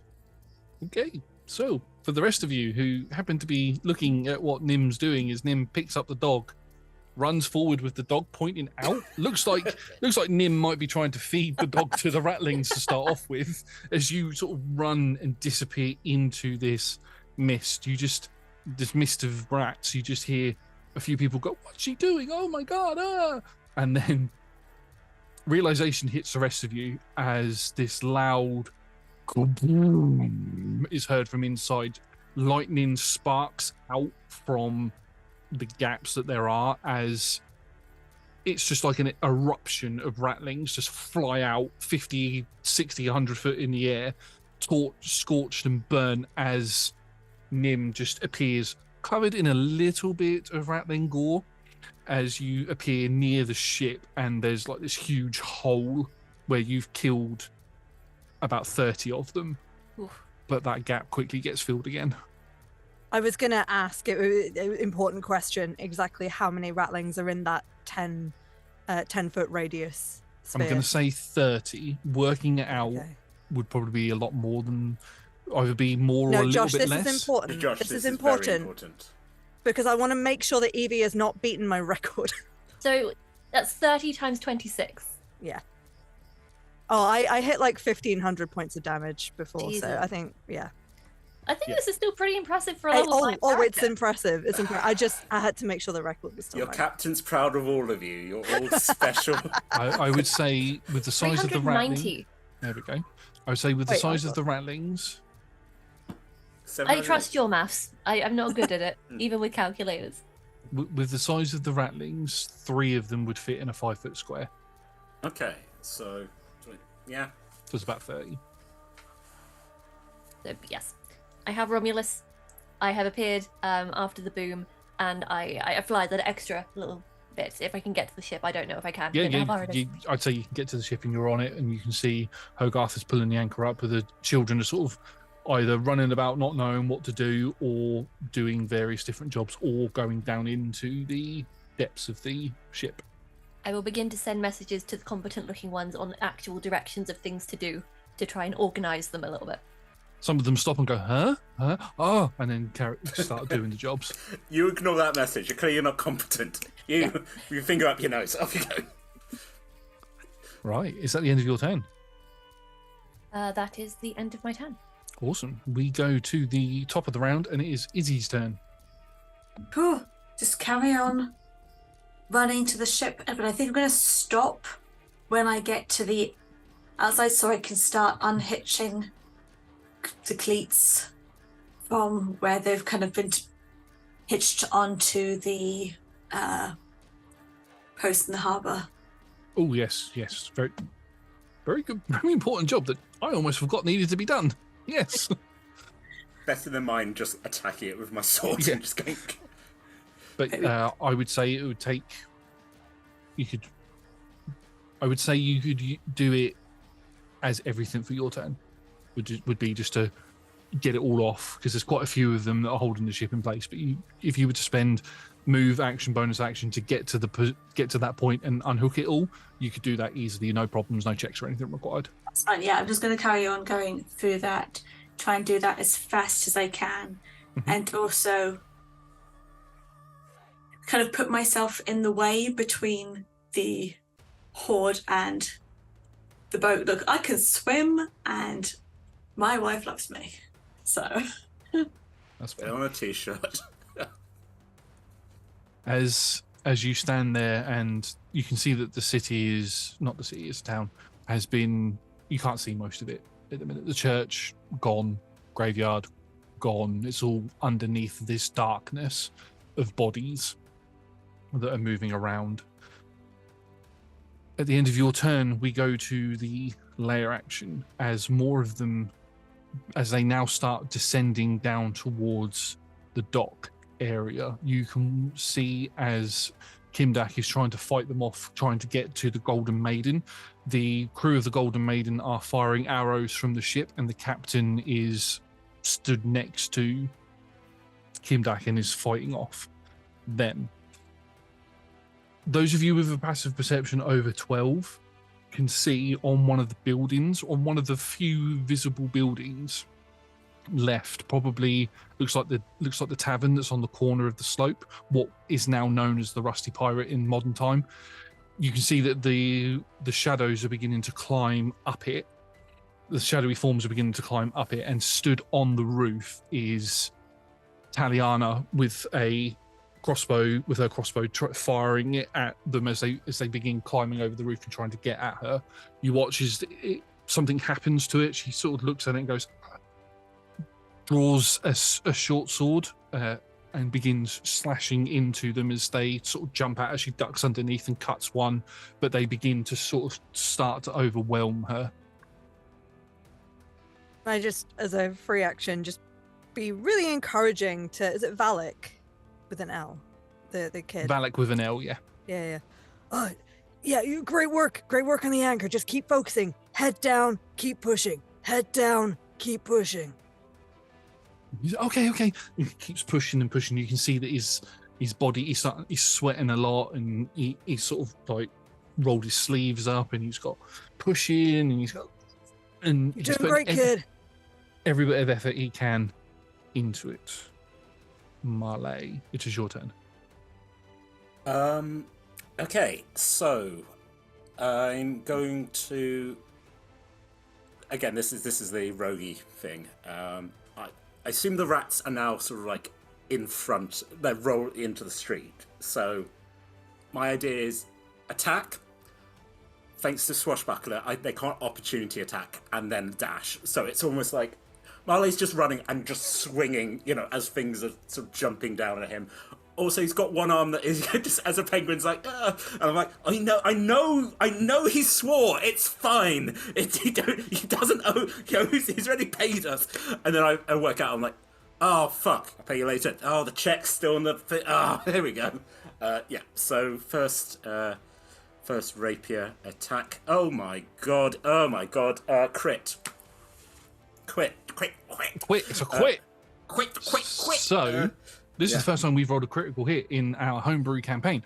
We do critical hits a little bit differently in the homebrew campaign because they feel very underwhelming under normal rules. So, The rule is you take what weapon are you using? A rapier. Rapier, yeah. So you'll take the D8 that the rapier normally does. Mhm. You'll add your modifiers to that, and then you roll double damage. Okay, so D8 plus 6. So that's 14 already. yes, 14. And now roll 2d8. Roll 2d8. So that was 2 and a 2. I've got a thing. So pierce a critical hit. When you crit, you add an extra damage dice. Yeah, go ahead. So that was going to roll an extra d8. So that's 2 extra piercing. So I also rolled a 2 on that. So I'm just going to re-roll. I've rolled another 2. So 10, 12 plus was it 14 for? Yes. 24 piercing, as I'm just Yeah. pierce. So much more devastating than rolling Also- 2 ones. Also, I'm a swashbuckler, and none of my companions were within 5 feet of these things, are they? No, Advantage. so yeah, And sneak attack, yeah. you get your sneak attack. Yep. So you can roll, and because it's a crit, you can roll your double damage on that. So that is 16 for my sneak. Christ, so that's 40 points of damage. Yeah. 40 points of damage. Yes, and now also I'm dashing, but they can't take attack of opportunity. I think, as I said, like, when the bards sing the story of this, Marlais is actually managing to cartwheel for not even better than Jack Sparrow. I'll put it out there. This is a man who is in his element, just bang, bang, bang, bang, bang. I was also a penguin going, like, be brave, Pebble, be brave. Yeah, 40 points. As you run forward and you're trying to get to the docks, these rats are jumping at you. You just skewer one on the end like a rat kebab, throw it down. As another one comes at you, you poke it in the eye and you watch as it just falls limp to the floor. You spin around and cut another one, and you kill. Hang on, you did 40 points of damage, so that would be 6. You kill 6 in total as you get to the ship as they begin piling onto the not the deck. What's the bit that leads up to the ship? The gangplank. Not the gangplank, the dock, as they begin running along the wooden dock area to get to your ship. You can see that the same has happened over the Golden Maiden. Kimdak and the captain of the Golden Maiden have begun falling back. There's just carnage everywhere. Is there anything else you'd like to do? Okay, so Hoagie's on the ship. Iz is down here pulling out and Nim is Nim's on the dock, right? You thunder steps. So Oh yeah. No, I'm just you're on the ship. onto the ship. Everybody's on the ship now, yeah. I think as I sort of, if it's okay for me to sort of like tuck and roll onto the ship and then be like, right, okay, look, great, okay, you've all been gang, you're part of the crew, congratulations, let's go. Push that thing with the sails. There's the thing I told you. Go, go, go. And bunch of the kids begin pulling at the sails, and everything sort of releases as the final rope has been sort of untied by Izzy, and Izzy hops onto the ship as well. This wind catches into the sails. You watch just as you're going to leave, as the rats are swarming and getting into the water and stuff. You can see that they're moving around Renvia, who is stood waist deep in the water. They're trying to get to her, but they can't. And she just looks up to all of you, nods, and she just does the whole, puts her hand out and blows into her hand, and it catches into the sails, which causes you all to go and you pull out of the dock. The Golden Maiden isn't far behind you, but you can see that a bunch of the ratlins begin jumping onto it, and you can see the crew are starting to fire it off. The ratlins will also attempt to get onto your ship when it gets around to their next turn. However, as you begin sailing away, you can see on the roof of the tavern, you can see Taliana is being overwhelmed as these creatures are beginning to claw at her and drag her down. She's got cuts on her face. Her hair's been pulled out in places. She's got parts of her armor are ripped and torn, and she's on one knee trying to fight them off, but they're just overwhelming her. And the last image you see is one of the rats clamps its teeth around her neck and begins to pull at it. A blinding light comes from somewhere in the town, and then stood on the roof are a bunch of charred bodies and Solomon holding some sort of sword made out of lightning.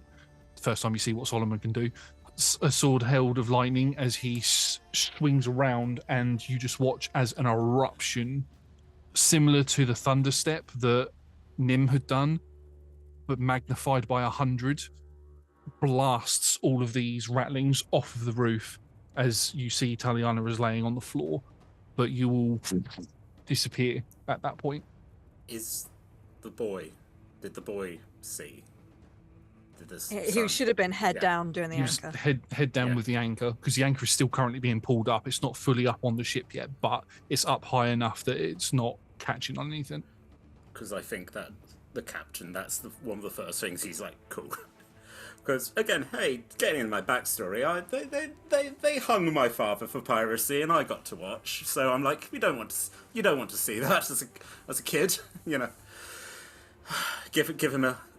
Let him have a childhood for a little bit longer. I mean, the fun of piracy, life on the high seas. The last thing that you see from Murkstead as the ship sails away is going to require a very high perception check. Fun.